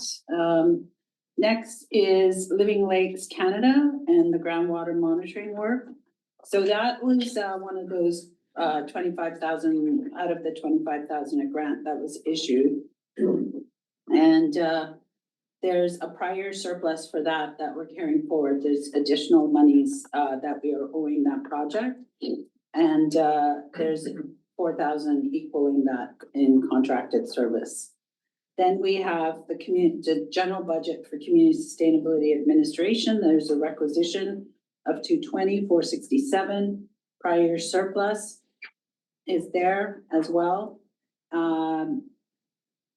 And so is the amounts that are allocated out.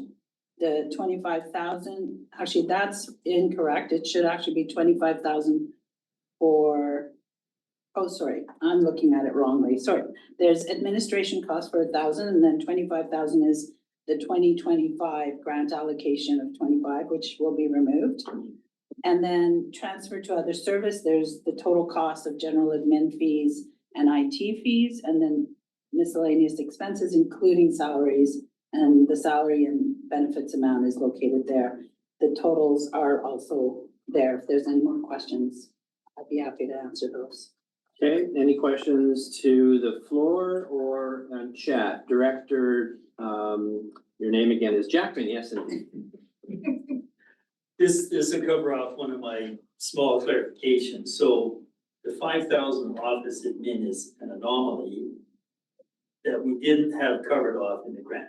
There's 150 grand, we give so much to Akanuki, keep an amount for ourselves. But this is an indication of one of these times where back May, I think we saw a briefing, this could happen. June, I think we had an update from Paris. She said, yeah, this is a real possibility. That we're asked to sort of ratify it retroactively. And this is the kind of number that I don't like to see, that there's another 5,000 we're on the hook for. It appears, because this isn't grant money, this is just out of requisition. I'm wondering, is there a way to not spend that $5,000 on this project? Can we somehow work it out of our 12,005 plus our 7,500? Because I don't understand it in 12,005, sort of for the overall process and ceremonies and stuff. That's a lot of money. Why are we not covering this $5,000? Is it strictly ineligible? And if so, is it strictly something we've got to do? Or we can say, no, this is too much for our taxpayers to do. you may. Yes, through the chair, I'll let Paris respond, but that amount is actually from the grant. Paris, can you Yes, clarify? thank you. There's actually two, and I don't know if this is the first time for CSLAC, but there's two places that we're receiving income based off our grant. One is through the watershed governance natural asset management. We have an admin fee that is covered through that grant. And then there's also, but it's lumped into the 80,000, so it isn't specified. And then we also have the 7,500 in administration through the watershed security fund. And so that 5,000 is covered through that 7,500. That's good. And so notes to the side would help. Yes.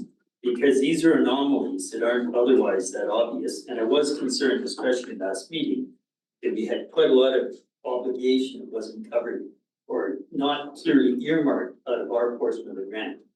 I didn't want to get us into a situation where we're spending tax dollars way over and above what we expected to spend on this particular project. Anyway, thank you. Can you have notes to the sides of some of these? Oh, yeah, What do you know? yeah, this was printed out without notes, but I can explain. So if you look at if there's any further questions about this, this highlight of the budget, I'm willing to take those, but otherwise we can move to the S-105 budget sheet. Is that what you want to do? If I can, Yes, this go is ahead. related to another anomaly that's large, $905 7-year average for education and training, $4,000 for this year only. Is that another additional bump that is covered under one of the grants? Why is it gone up fourfold? That's line 52020. Yeah, it looks like a one-time anomaly. Is that grant funding or is that? No, I believe there's no grant funding in that, is there? For education and training? Yes, There is? there would be, yes. So we've broken, what we can provide in, at the next meeting is a more detailed budget of how the WGI will be, the watershed security fund will be spent. But there is an amount that's provided for education and training. Thank you. Yeah. So it's under grants. It's great. Yeah, through the chair.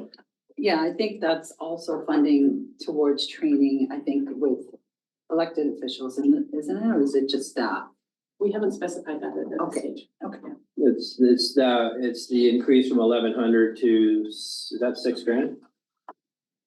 No. it's very good. Is that the right one?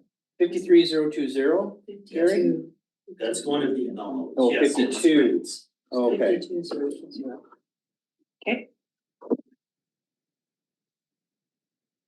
Okay, I'm looking around for further questions. I'm looking online. I'm not seeing any, but I will go to that 52,020. Chair. Somebody's. Yes. Sorry, I wasn't quick enough to put my name in chat. I was just gonna say the watershed governance contract, which is on our agenda, includes the detailed budget. Yep. Which then the question to beg is, that is blended into what we're looking at, which was handed to us today. So it's a matter of, it will change, perhaps, well, it already has changed. It will be updated. Okay, and so my question is, on 53020, we went from 1,100 to $6,000. Am I reading that correctly?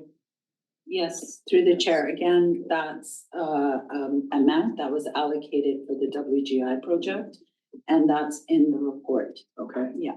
Thank you. Any further questions? Can we change the screen so we're looking at the same thing? Okay. Oh, well, we are looking at that part, Amy. I believe it's a detailed 5-year plan now. Yeah, you can move to the budget. Okay, we're going to the budget.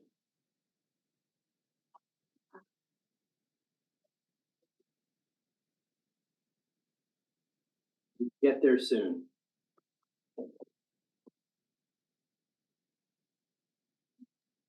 I can use my agenda too. I just thought if we're gonna have to screen share, then have the same item. And that's item 8.2.1? Or are we on 8.2.2? It's a question. If we're to the chair, if we're complete with the discussion, there's no further discussion. And then there is none, so we will move forward. Director Watson wanted to talk about the budget. Director Watson, did you have further to add before we move ahead to 8.2.2? No, I was just trying to get clear on what we were talking about because the screen was different than the one with line items. Okay, and are you getting to where you're going? Quickly. I'm getting All right. a pain-free body. That's where I'm going. Shelley, 8.2.2, if you can. Please? Or are we gonna just? No, I can bring it up. Okay. Through the chair, there's a recommendation for 8.2 following this presentation.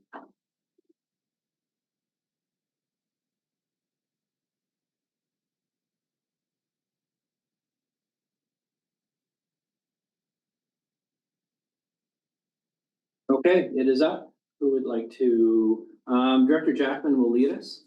Yeah, just noting on the recommendation, we always recommend that this be included in the draft financial plan. We cannot approve any budget, so the wording would always be, any kind of recommendation would be that it be included in the draft financial plan as presented on Friday with the amendments as discussed.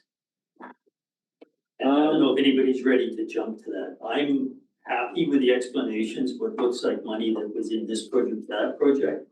I'm very comfortable, but I don't think we've captured what those directions today would be. To me, the direction is this year, we remove grants from 57010, becomes 0.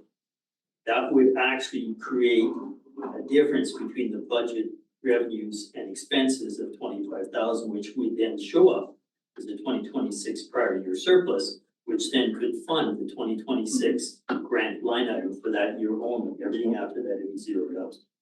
So that's what I think our conversation got us to so far on this sheet. That would be the first major change. All the other minor things, as a follow-up, I would appreciate a little more detailed breakdown that, these anomalies and you're not following the 7-year or multi-year average anymore. That would be explained. This is from WGI grant, this is from whatever grant. I'm good seeing that later. So Director Jackman, are you making a motion that we? If the committee is willing, I'll move that the budget be, The 2025 committee, draft budget draft budget, and financial plan be approved with amendments. well, be included, that this draft budget be included in the 2025 draft financial plan with amendments as discussed. Okay, that is the motion on the table. I'll invite discussion to the motion. And where did my chat thing go? Oh, got it. No one's there. Those of you that are on chat, you just need to, there we go. Okay, so I believe I have. I don't know who I have now. Is it Director Hewitt? Oh, wait a minute. This is way, hang on. Amended. Okay, Director Watson. Thanks. Yeah, I'd put the language for the motion in the chat, but what Director Jackman said is fine. I just wanted to highlight that when we make motions, they're recommended to the board because the board actually approves them. So just one final minor amendment to what Director Jackman suggested, but I'm in support of it as amended. And that's friendly. Director Jackman is Absolutely. Yuha. And did I get a second on that? Do I need us, Director, pop off? And so further discussion, it's still open for more conversation. If I might note, this is a 5% taxation of which, with all the uncertainty, I think is reasonable. And a lot of us actually had growth in our tax base in that order. So I accept the 5% taxation lift as a little bit of a buffer because there's a lot going on in this particular service. All right, thank you for that. Not seeing anything else. Chair? Yes, Chair? Director Newell. Yeah, sorry, the requisition says $202,000 and earlier someone passed a motion to not have the 25,000. Have those been reconciled? I may have missed something. No, they have not. It is assuming that the 25 was in and it will need to be adjusted. Chair Jackman? I was suggesting we don't reduce the requisition, we accept the 5% lift. And those revenues versus expenditures, once you take the 25 out, will generate a $25,000 2025 surplus, which will go to 2026 to be earmarked for future projects. I haven't suggested that. Now, how Yev wants to see that, that's up to Yev. But I didn't recommend reducing the That's right. requisition. It's up to, yeah. Anything further, Director Newell? Supplemental? Well, I'm in support of that. I just am confused because that's exactly what Director Main had said, was leave it in.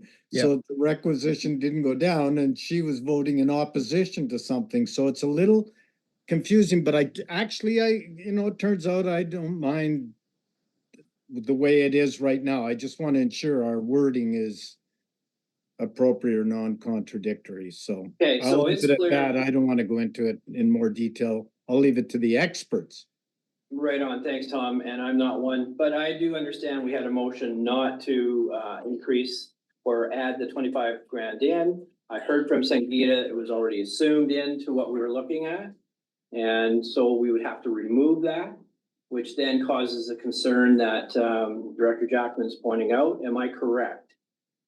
It will generate a $25,000 2025 surplus. Yev will say how to identify that. That'll show up in 2026, which speaks to Director Main's point of future years being mindful of the ability to be reactive to whatever happens. Okay. I got it. Tom, you good? Director Hewitt. Thank you through the chair.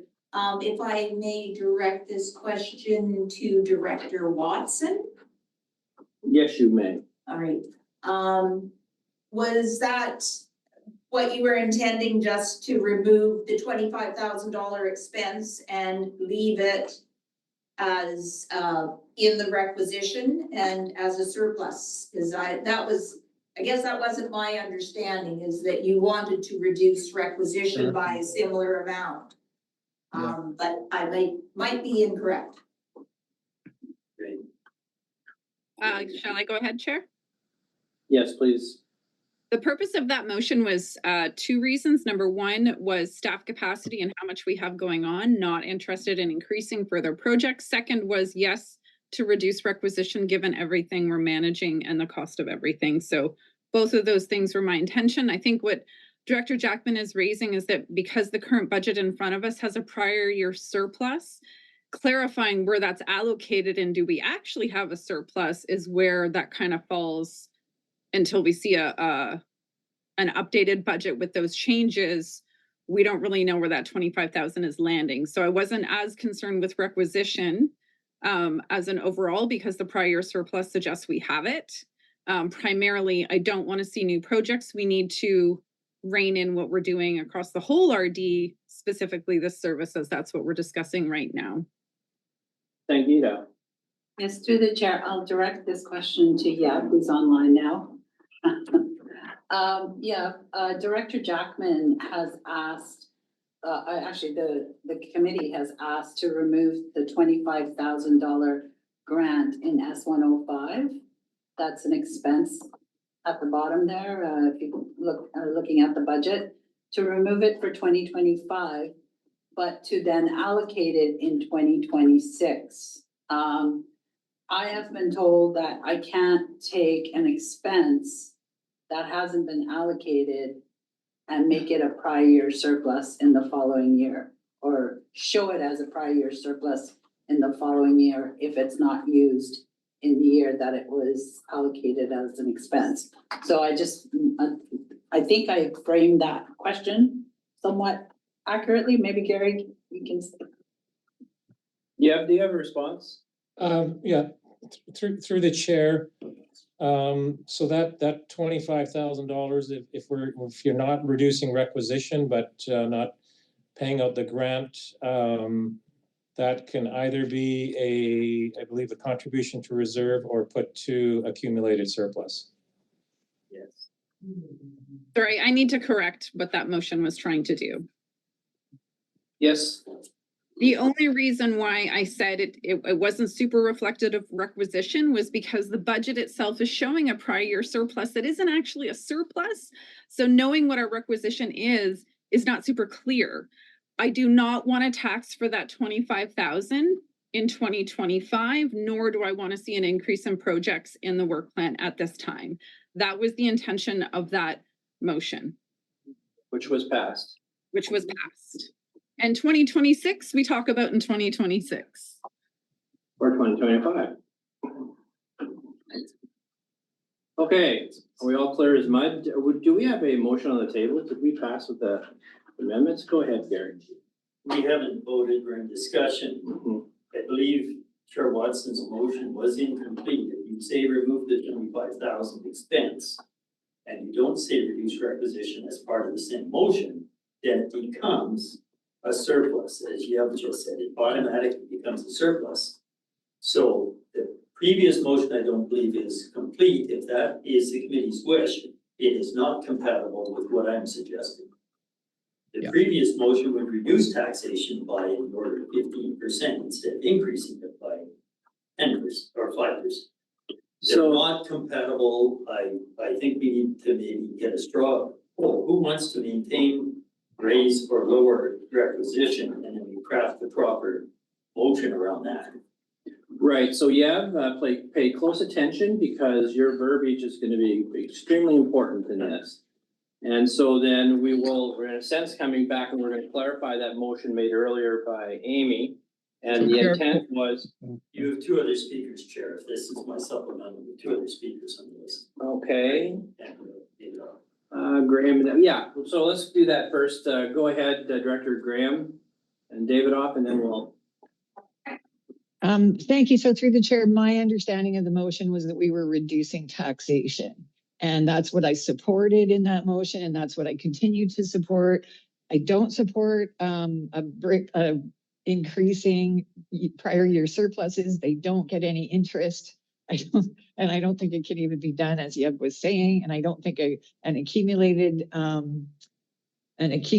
reserve or whatever it was. I really think at this point we should just be reducing taxation, and that's what I thought I voted for. All right, thank you, Director Davidoff.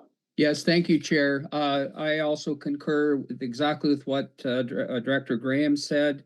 I made a note here that the requisition for this year should be $195,467 instead of $220,467. And basically the line item with the 25,000 should be removed. And basically I also looked at the 7-year average document that was provided to us. the 195,467 would be substantially higher than the 183,698 7-year average. So I voted for that when Chair Watson made the motion. That's what I thought we were doing. That was my math, and I speak against the current motion.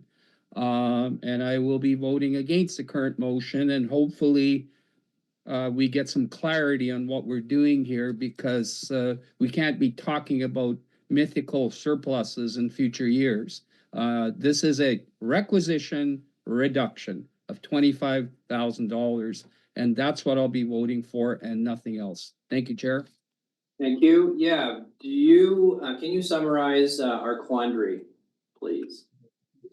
Yeah, through the chair. So I guess the quandary was that the grants are going to be reduced by $25,000 and the 25,000, and it wasn't made clear that the requisition was also going to be reduced by 25,000. So it's a decision or a motion has to be made to, I guess, to reduce the requisition by 25,000. It has been, and it was passed. Director Jackman. I believe we didn't understand what we voted on. I'm happy to withdraw my recommendation if the seconder agrees at this point in time. And on Friday, we'll see the ramification, whether it's a 9.8% reduction and there will be no grants for any future year. I'll withdraw my motion if the seconder approves or agrees. And we can just see what it looks like on paper. All right, seconder If we want agree. to change it Friday, we can change it Friday. Understood. Seconder agree? Who was the seconder? I think that was. I agree. And she does. So, Chair, point of order. Davidoff? Is it possible for me to make a motion that's very clear at this time, or wait till Friday? Wait till Friday, please. Thank you. Thank you. Okay. We do not have a motion tabled, and Amy, you wish to speak. I was just gonna suggest that to make it clear, because going back over all of this on Friday is not advantageous. We can see the updated budget then, but I think we should reconsider the original motion and put in the language it was intending to achieve. So I would move reconsideration of that motion from earlier in this meeting. Second. Okay. Reconsideration as granted, seconded by Davidoff. Point of order by process. Yeah, go ahead. By process, does the person who voted in opposition of the motion have to move reconsideration, or can any committee member move reconsideration? That's a very good question, and I would look at Director Watson for that assistance. Terry? Sorry, what was the question? If the person who was opposed to the original motion can be a part of the reconsideration motion? No, sorry, through the chair, parliamentary.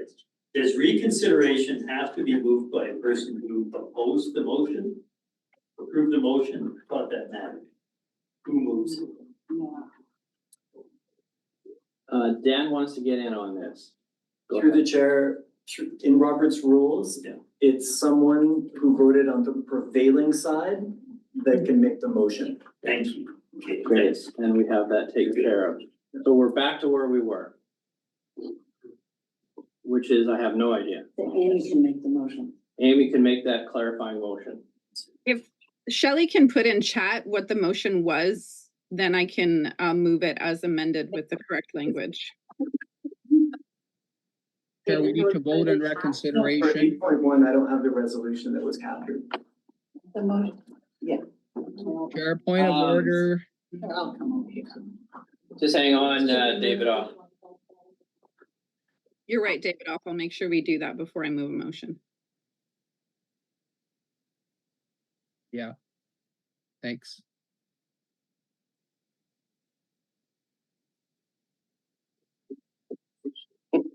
What?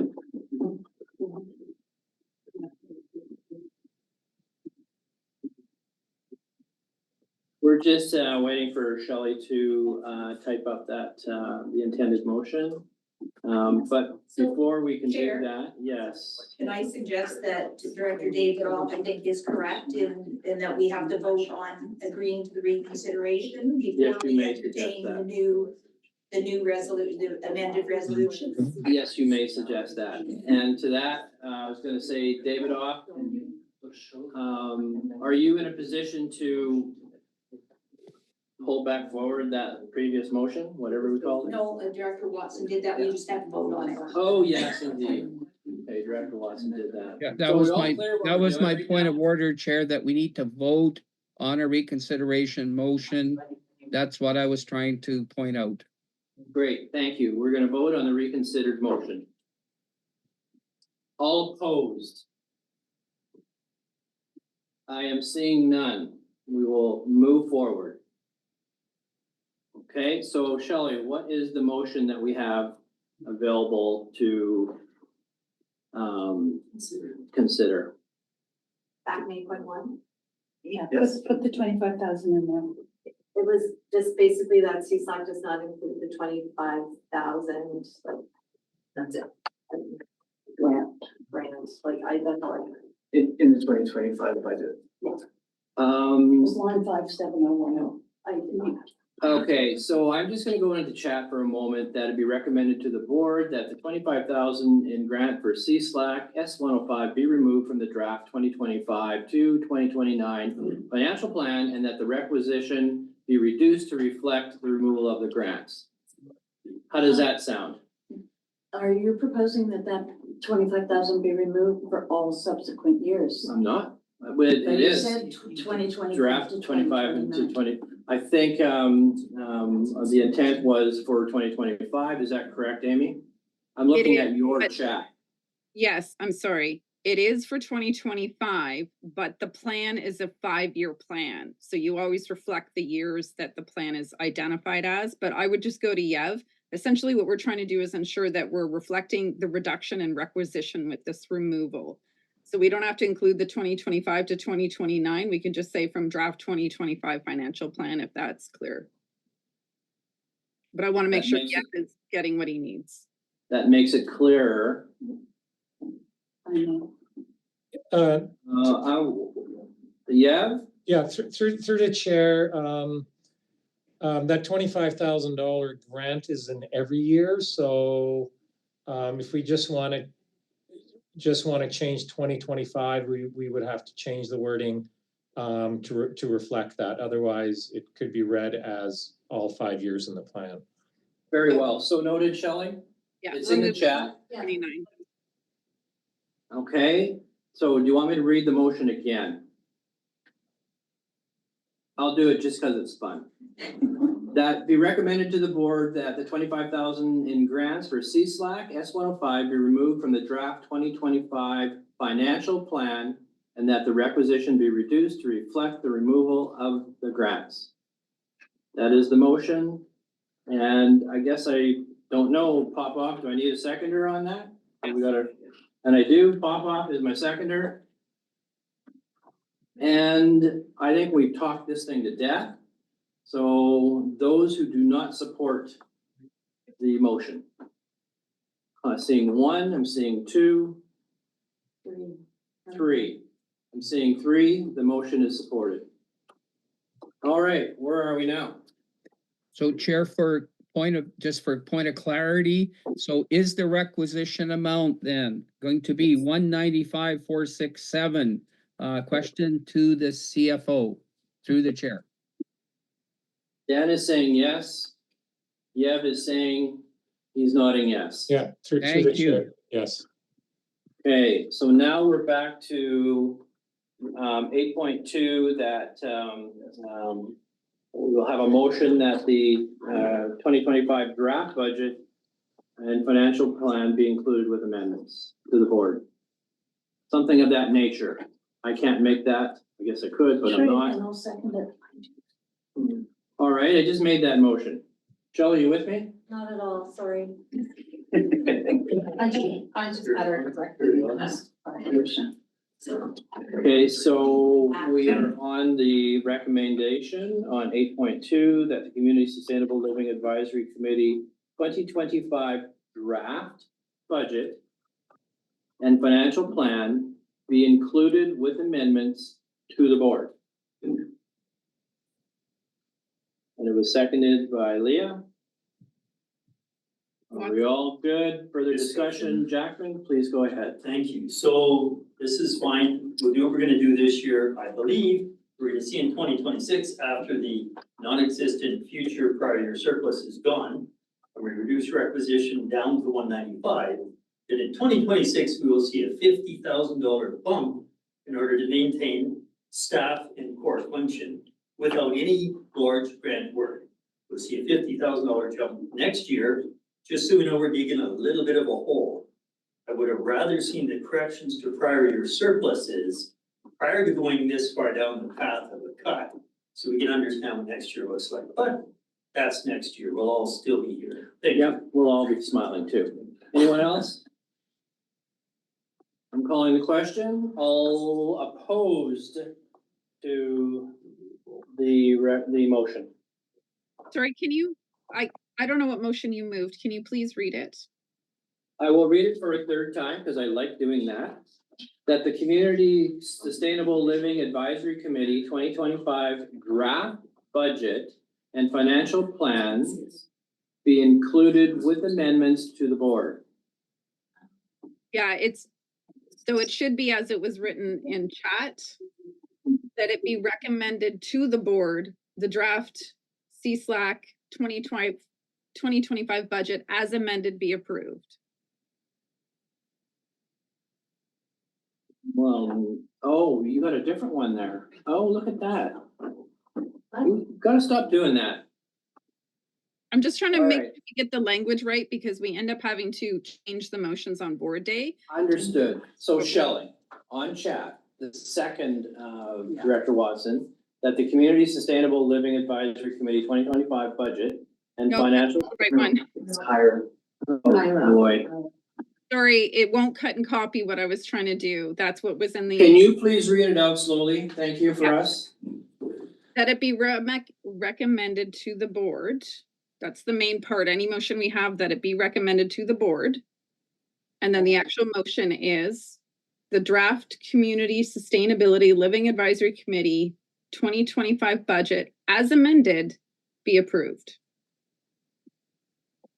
All right. That sounds good to me. Thank you. Dewey seconded by, yes, Weatherhead. Further discussion. Hewitt. Let's move on here. I know, I'm sorry, I'm gonna speak opposed because there's still an amount in there, the prior year surplus that shows up in the 2026 budget. Are we just kicking the problem down the road? I think we need to have that clarified all of the years before we actually so we can understand the implications of what we're doing. Fair enough. And Jackman has already pointed that out. You're repeating it. I'm And repeating Friday it, is but we our never referred opportunity. it. Better words than mine. Better words than yours. But Friday is our opportunity, once this is all adjusted, to have this conversation again, I believe. Anybody else? All right, I'm gonna call the question. All opposed? 1, 2. It is carried. Thank you. That was fun. All right, moving on to 8.3. Water Sustainability Project in Yakanuki, Crescent Valley Goat Watershed. Who is going to start with that one? Paris, please. And there is a recommendation. Thank you, through the chair. Yes, so this is following the approval from this committee to the board, or this, from the board to enter into agreement with the Real Estate Foundation for the 150,000. Included in that is the participation of the distribution of funds to Yakanuki. And so this is an administrative agreement to distribute that money to Yakanuki. Okay, there's also another, there is the contribution agreement that goes along with it, correct? Correct. Okay, Director Jackman? Just to clarify, because usually agreements like CDT and others, you can't do anything retroactive with the feds or the province, whatever. has any of this money been moved or spent either by Yakanuki, or have we spent any of this money yet? Does any of this money show up in the 5-year plan as 2024, or is this all new money from now on? Thank you, through the chair. We received the funding in October. Yeah. And so we've been eligible since October to spend the funds, as has Yakanuki. And anything prior to that, or following that date, we've spent $215 on mileage. And I don't know what Yakanuki is whether or not they've spent any funds or not. Supplemental? It was, yeah, just my concern about what we may have spent. Trivia. Thanks very much. Okay, I better get to the chat here. I'll get behind if I don't. Any other questions on that? Looking at chat, looking around the room, can I ask a question regarding the contribution agreement? Okay, so on page, hopefully I got the right one now. I've been handed so much paper. Oh boy, it's not the right one. Where'd it go? Yeah, I made notes on my contribution agreement, but just been handed too much stuff. Pardon me. I do have questions within, well, I look around the room and try to find that which I made my notes on. Oh, that's not it. Thank you.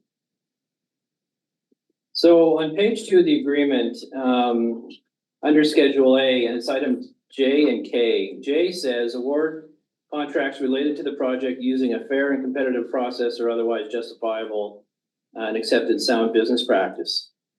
Does that mean then that staff will be reporting that whom is involved in the contracts process?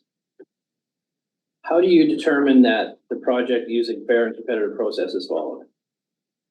Thank you, through the chair. I think that in the case of this contribution agreement, this J is not Hey, applicable. Veronique. Oh. Oh, I have a Can't hear me? I can Andy? hear you. Can you hear me okay? Okay. Yeah. Andy, you need to I have a mute. meeting going long. I'm on Zoom. We're Okay. yeah. So are David you off, you okay? need to Like mute. 15 minutes from now at 3:30 or no? I just have to go walk my dog. Thank you. I'm sorry, Paris. Thank you, through, in this case, we are in partnership, and that partnership was established with Yakanuki, and so there is no process at this point we've established that there is that agreement already. So we've already established our process for choosing our partners by them choosing us and we choosing them. Thank you. Item K says unless agreed otherwise, retain ownership to all assets acquired or intangible properties created in the process of carrying out this agreement. Once again, under Schedule A, under Yakanuki's obligations. So does that mean that whatever work is done is theirs? Through the chair, yes, correct. It's in this agreement, they have work, we are preparing work, but there isn't an understanding that we are sharing this work. So we pay for it through the funding and they retain it. Is that correct? Yes, correct.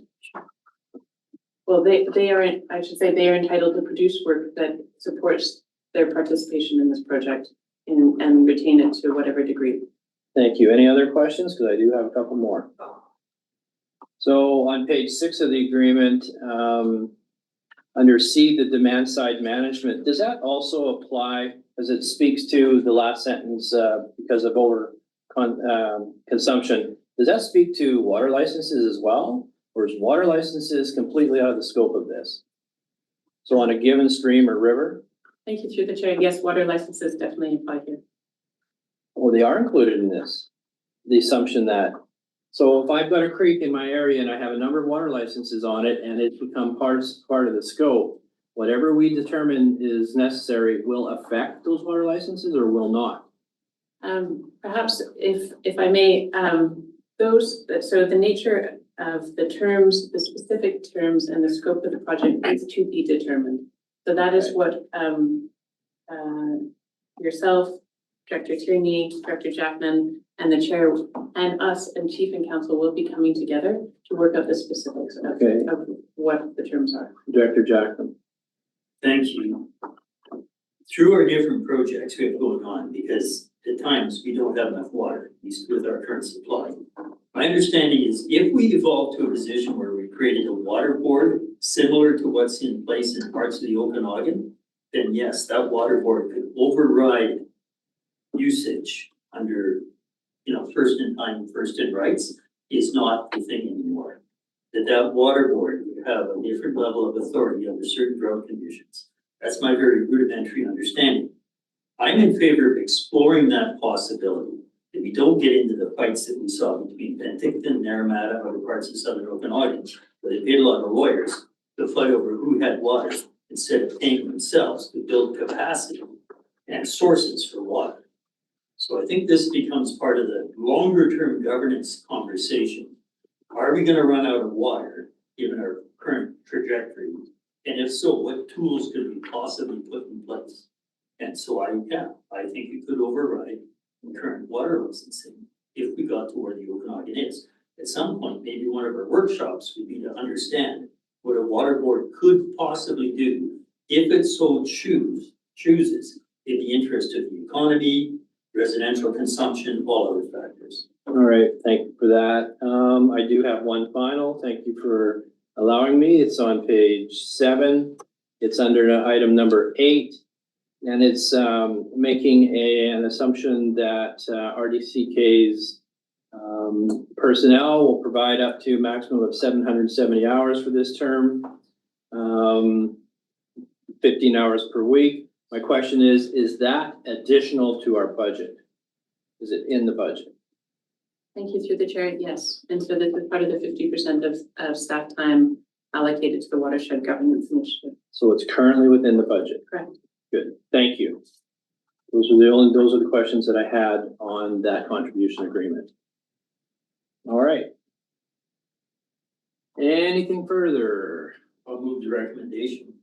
And Director Jackman moves the recommendation. I need a seconder, please. Director Tierney. Looking around for anything further. Can I'm we seeing, Director Watson. change the language that it be recommended to the board? Okay, let's do this now, so we don't have to do it later. Did you get that, Shelley? Yes. Okay. Thank you, Amy. Director Hennegraff, did you have your hand up? No? Okay. Those opposed? I'm seeing none, it passes. Thank you. Okay, where are we now? We're on this one. 8.4, the bylaw, or yes, the Community Sustainability Living Advisory Committee bylaw, 8.4. I will note that we are past our time. Is it disruptive to anybody, Director Jackman? I have a meeting with the CEO, but I think he'll hang around, and if he doesn't, Okay, Director Popoff? I move the recommendation. Okay. will second. Seconded by Jackson, Director Weatherhead. I just have, I'll watch the clock. I will have to leave for a phone call. I have to committed to, but I can watch the clock and stuff. Okay, so 8.4 has been moved and it's on the floor. Discussion. Director Jackman, Thank you. please. So, I see the red line, thank you, I think it's addressed all the concerns that were raised earlier. For board, we're gonna need not a red line, and there's one little error in the red line, so that when you make it it's gotta be, we have to see the bylaw in its complete form in order to do the readings. And it's, pretty straightforward. There's numbering under section 6A. We added an item, deleted an item, but we added a number and skipped one. It's just a really minor typo type correction, so when you eliminate the red line, then you also correct the numbering under 6A, and then I think that's what board needs to see as part of the addendum. Thank you. My question is, housing. Can you give me an example what a project would look like under the auspices of housing?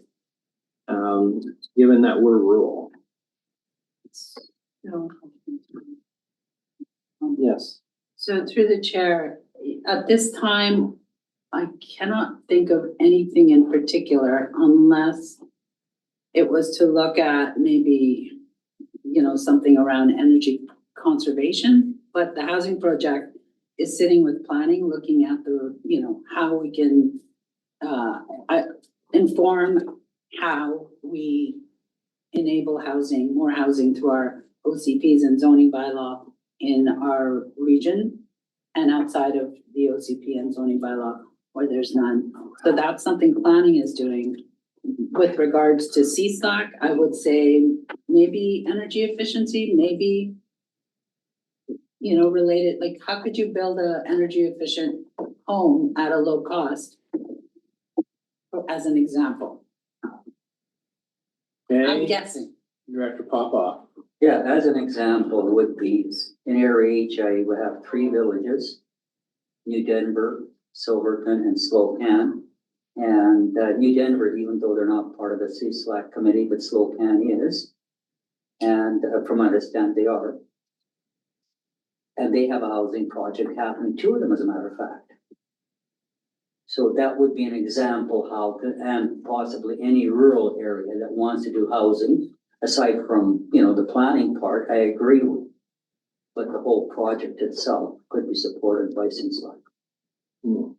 Interesting. Director Jackman. Historically, we already did help community. I think we looked at energy poverty in terms of housing. So Director Popoff and I have no natural gas in 2 large areas. Others of us have no natural gas. People take it for granted that they live in the way they live and they don't need to upgrade to heat pumps or other systems. But you look comparatively at the cost of using either all electric or propane with spikes in prices, you begin to realize your 50, 60, 70-year-old house is not just energy inefficient, but your fuel source is a big negative in terms of even the value of your house. So I think we learned a little bit about how people should be motivated in some areas to go to heat pumps or other systems.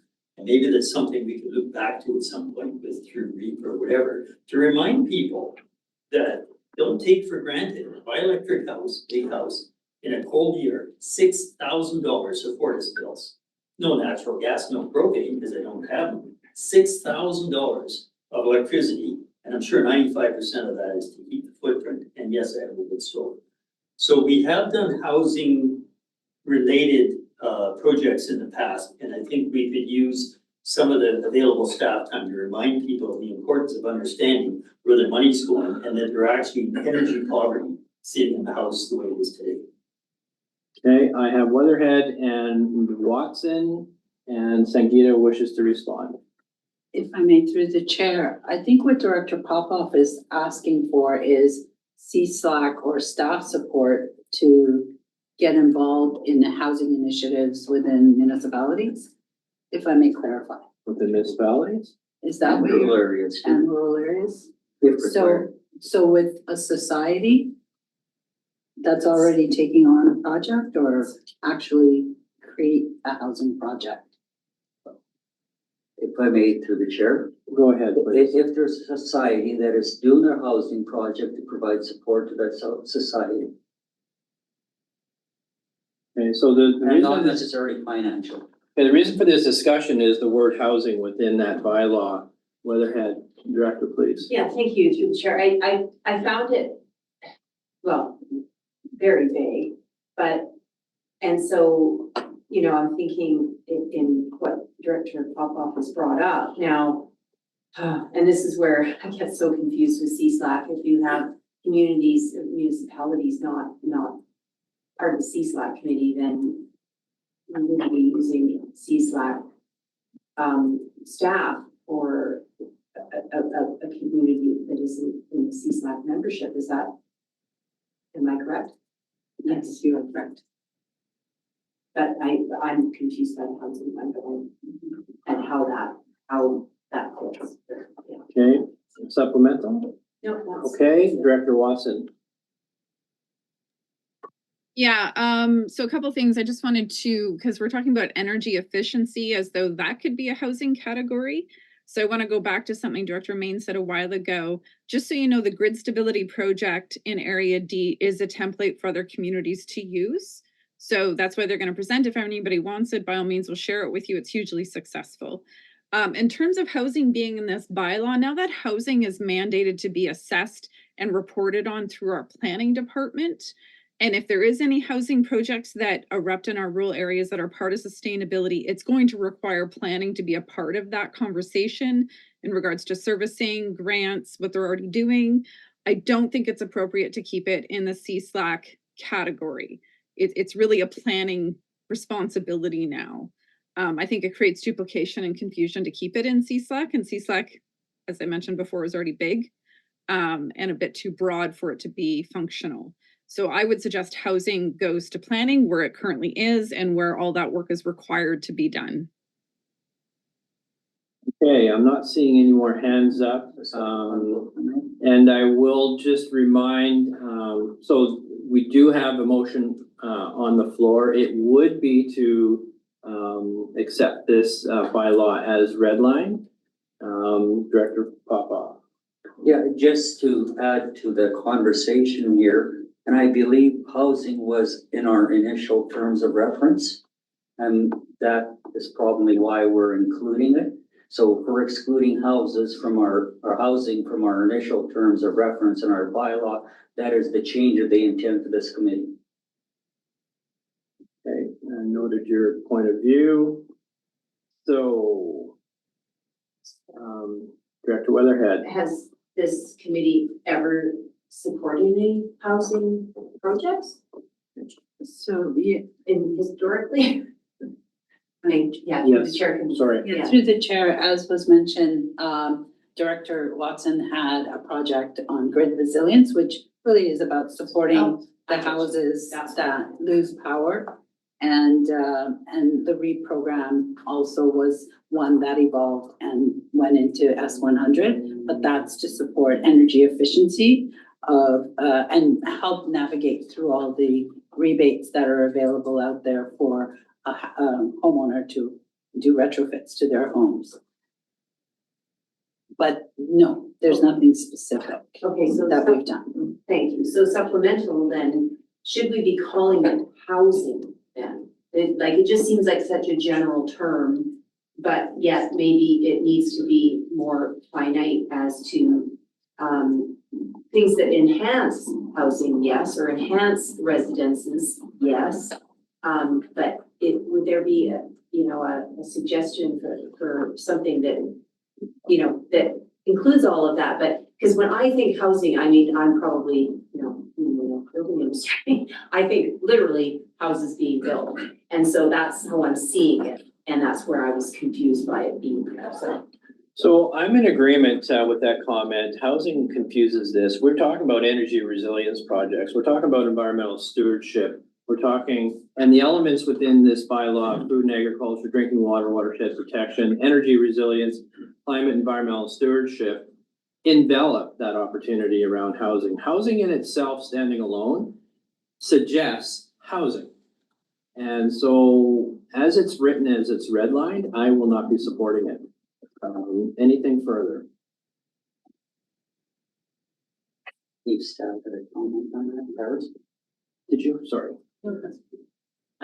Thank you through the chair. Yes, and so we've only initiated one distinct, there's only been one resolution that's come from CSLAC specific to housing. It was quickly picked up by planning because it is more relevant to planning, and it has found a good home within planning. We did remove it. There was a recommendation at the last meeting to include it.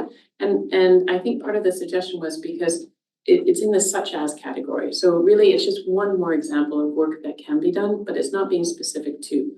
So I think a removal of would not be detrimental. I think the addition also, they're just lists of examples of the work that could be done. But if there's any concern, I don't think we haven't done any work in the 8 years that we've been working on CSLAC specific to housing because it's found a good home in planning. Yes, and I think it can be removed and it can still be read with the amendments. Right, so, but we do have a motion on the floor from Director Jackman. I'm sorry, did we not have, did you not put forward, this motion? I put forward. Oh, Walter, sorry, and it was seconded, so the motion put forward right now is for how it is read with the red lines. Okay, that would include housing. So either we support it or we don't. But if we don't, then Thank you, could we, amend, friendly amendment? yes, you may, To that motion, yes, you may. Director Popoff, it was your motion, so, would you accept a friendly amendment to remove housing from the red line that we were, I'm just asking. If I may respond. Yes, you may. Yeah, I would like to say it's a friendly amendment. It is not. It's not. It changes the intent of the bylaw. So we have to defeat this motion and then move another motion with the removal of housing. That's my take, and I actually, I believe that it's a proper process that we follow, and Director Watson, if you want to make a comment on that. Technically, because the motion is to read up to third reading, you need to defeat that motion and then move another one at second reading with amendments. Third reading is, you're kind of done with amendments. Thank you. All right. So I'm looking for any other comments on this, hands in the air. I'm going to Director Jackman. We're in committee and we're moving recommendation of the board to go to 3 readings with amendments. I see no problem with Director Weatherhead's further amendment to strike the word housing. Here and now, if the majority of the committee says strike the word housing, that's what goes to the board on Thursday. So if that was Director Weatherhead's amendment, formal amendment, not friendly, I will second that, remove housing. Okay, so then now we've gone to, it is now seconded. Make that a formal. So, sorry? I would make that a formal amendment. All right, and so then we are now dealing on that amended motion, No, we're No, just vote on the amendment. on the amended motion, which is to remove the housing. Yeah. Okay, so that is now the debate we're gonna have. So I am waiting for anyone to opt in at this point. I am seeing none. Watson? So, Director Watson. Yeah, so if it's moved as an amendment, then that's a little different and that's fine because Director Jackson's correct. We're in a committee, but the bylaw that's on the board agenda needs to have that reflected before we can move that motion at third reading. So just so staff knows, if this amendment passes, you need to change that bylaw for whatever's on the agenda for Thursday. And Thank you. Thank you very much. So we have on the floor now, the bylaw with the amendment. No, we didn't vote Vote on on the The, what do we have? Variety of amendment, we vote on the amendment. We're gonna vote on the amendment now. And I don't see anything further, so I'm going to say all in favor of the amendment. Everybody here, I'm looking on the screen. I'm in favor, Chair. Any opposed, sorry, David off. I'm in favor of the amendment. Okay, so all in favor, none opposed. I'll call for opposed, just to be sure. I am seeing none.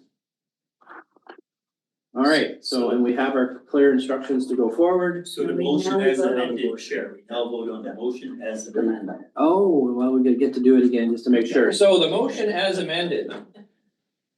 All in favor? Can we just make sure that it says that you recommended to the board at the beginning of the motion?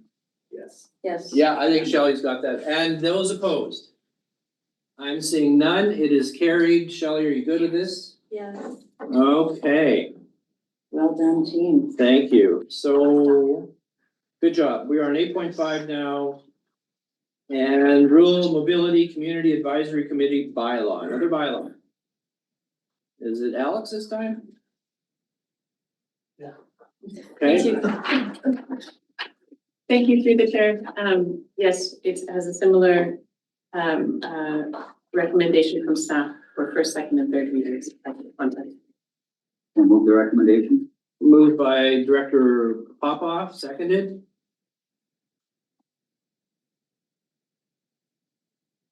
I am seeing none. Not seconded. Oh, Director Hewett is seconded. We don't necessarily. Yes. Yeah, we do. Yeah, I just made that up. All right. So any questions on the proposed bylaw? Any conversation around it? Watson? From Watson. Thank you, Amy. Go ahead. Yeah, so I'm now following why we're doing this. Of course, I was really concerned. The bylaw is looking better. It's grateful it's a CAC and not an actual commission. That's awesome. It's got a sunset clause. That's even better because it's a short-term project. But I still remain confused that if this committee, which is specifically around improving transit, is reporting to CSLAC and not our transit services, I'm very concerned over a disconnect. Currently, transit is one of the most expensive services to provide in rural areas. And so there's a disconnect between who we're engaging and asking for advice from without understanding the budgetary consequences to it. And so why is it reporting to CSLAC when it's predominantly about improving transit opportunities when you read the purpose? There's some rural opportunities that might not be transit related that would be good at CSLAC, but predominantly they're recommending on improving transit services in areas where we don't have it. So why does that not go to the Transit Services Committee that actually approves and makes recommendations on increasing services? That? Yeah, through the chair. So I added a section, meetings 8.5. And so the group is not specific to transit. It's kind of the broader transportation. And then this section that I added, relevancy to that, saying that discussion topics specific to an existing service department, for example, planning or parks, or committee of the board, will be brought to those areas for discussion. For example, and you can see an II and III there. So topics related to transit service levels, connectivity, and fares can be brought to the West Kootenay Transit Committee for discussion. Sorry, pardon my frog. Topics related to transit budget and operations can be brought to the Kootenay West Transit Services Committee for discussion, and topics related to the integration of transit and active transportation service levels or broadening the scope of the RDCK's engagement in transportation network can be brought to the Creston Valley Services Committee for discussion. So when we had a topic related to transit, it would go to the relevant transit committee. Supplemental? Yeah, thank you. I think like in the details, I see that, but in the actual objectives, I can't remember where it was. I'm sorry. So much reading to do in a very short period of time. My apologies. I think we need to reflect it, not just that it reports to CSLAC, but that it reports to CSLAC and other relevant committees so that the work is, I appreciate it's in the details. So that works, but we need to put it in the purpose as well, that it's not just to CSLAC that they report to. And further to that, can I assume that this committee is going to get some information about how the transit system works before they start reviewing options and what they cost? Yeah. Through the chair. So yeah, we've been actively engaging with Tom Dool, who has spoken with the group, and we'll be continuing to engage with the Community Advisory Committee on an ongoing basis to ensure that any sort of input that the group has for transit is relative to the servicing that is available currently. So my question to staff is, this sounds like it's more West Kootenay Transit centric, but that's what the bylaw is saying. So I just want reassurance that, well, number one, I'm a little bit concerned about duplication of roles and services. And number two, that it provides a benefit to all CSLAC members. So those are my two concerns. Thank you, if I may. Thank you, through the chair. I think really the emphasis, as Alex said, is on transportation as a whole. So it's looking at how we improve connectivity across the regional district, which includes an aspect of transit. but not transit specific. Transit is how we understand it, is transit is the backbone. But in many places where there's gaps or there's lack of connectivity, we're looking at how we improve those options. And again, Alex will be bringing forward a list of projects and ideas generated by the working group to CSLAC soon, April, which will help understand the breadth of the ideas that are and the projects that are being generated.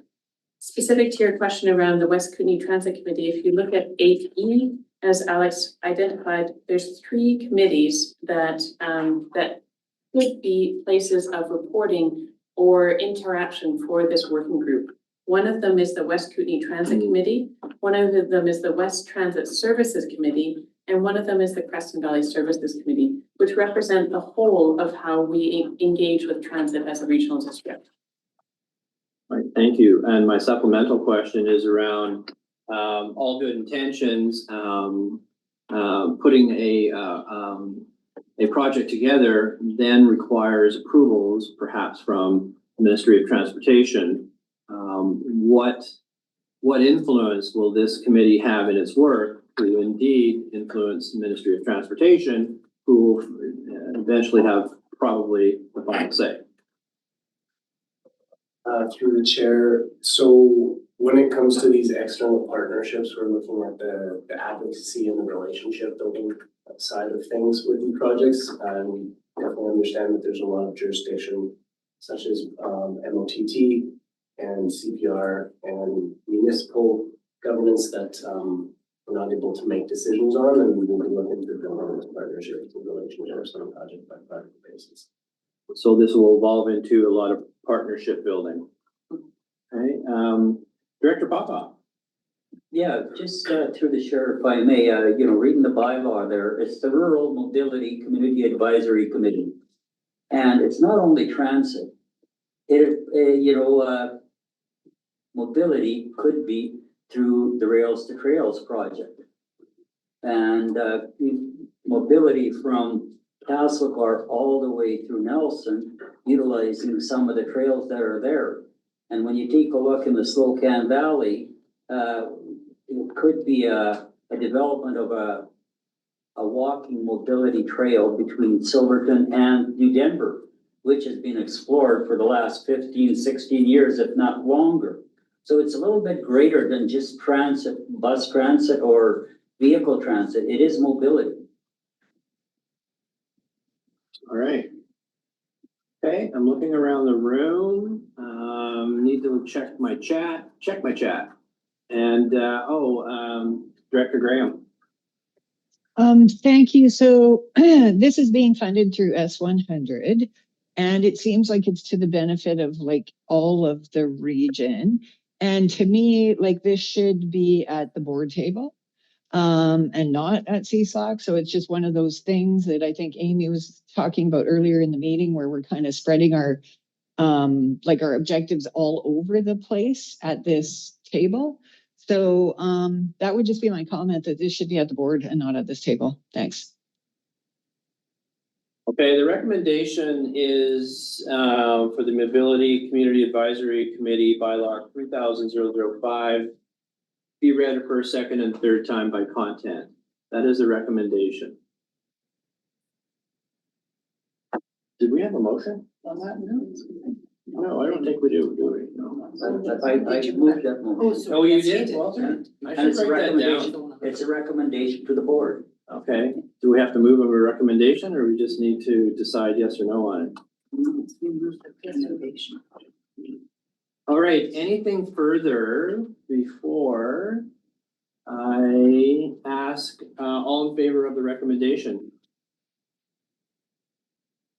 1, 2, 3, 4, 5, 6, 7. All opposed?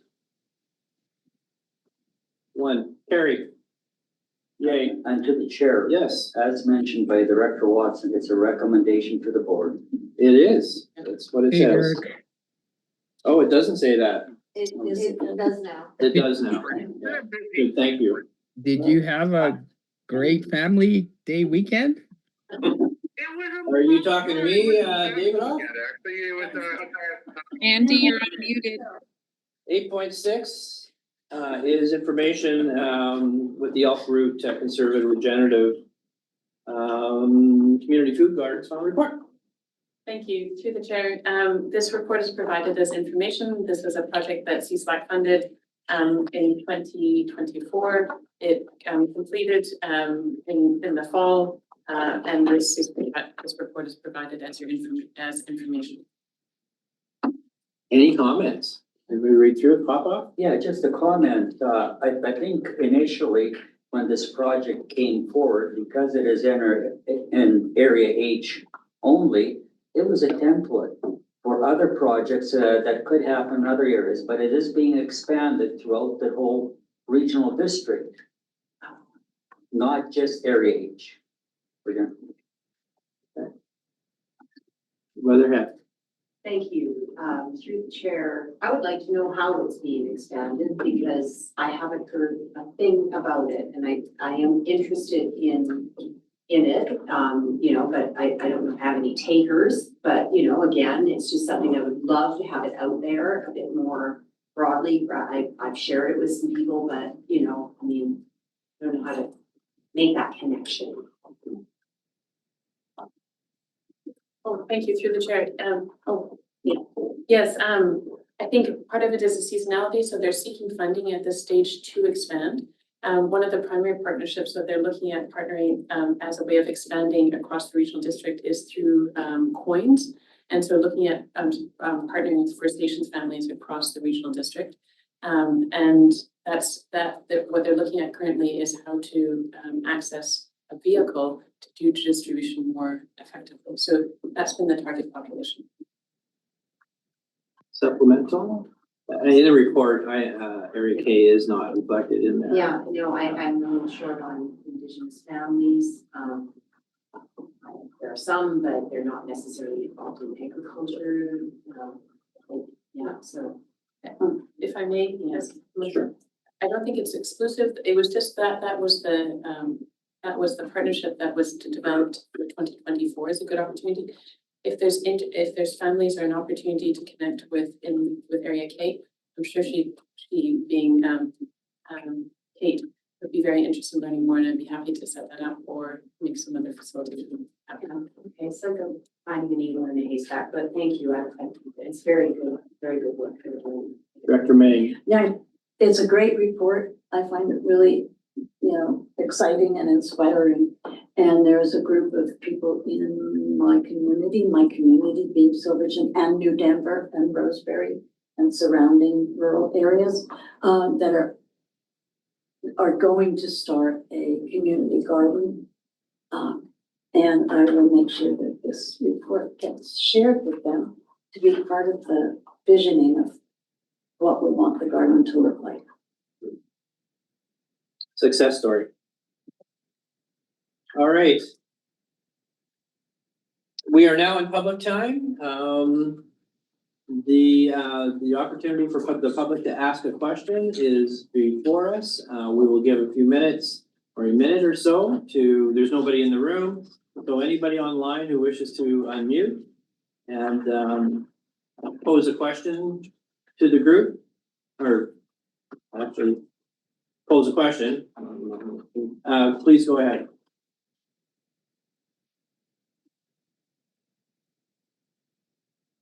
Calling a second time.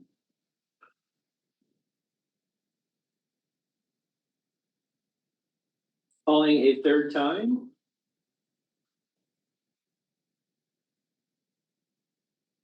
I am hearing none. No response. Next Community Sustainable Living Advisory Committee scheduled April 15th.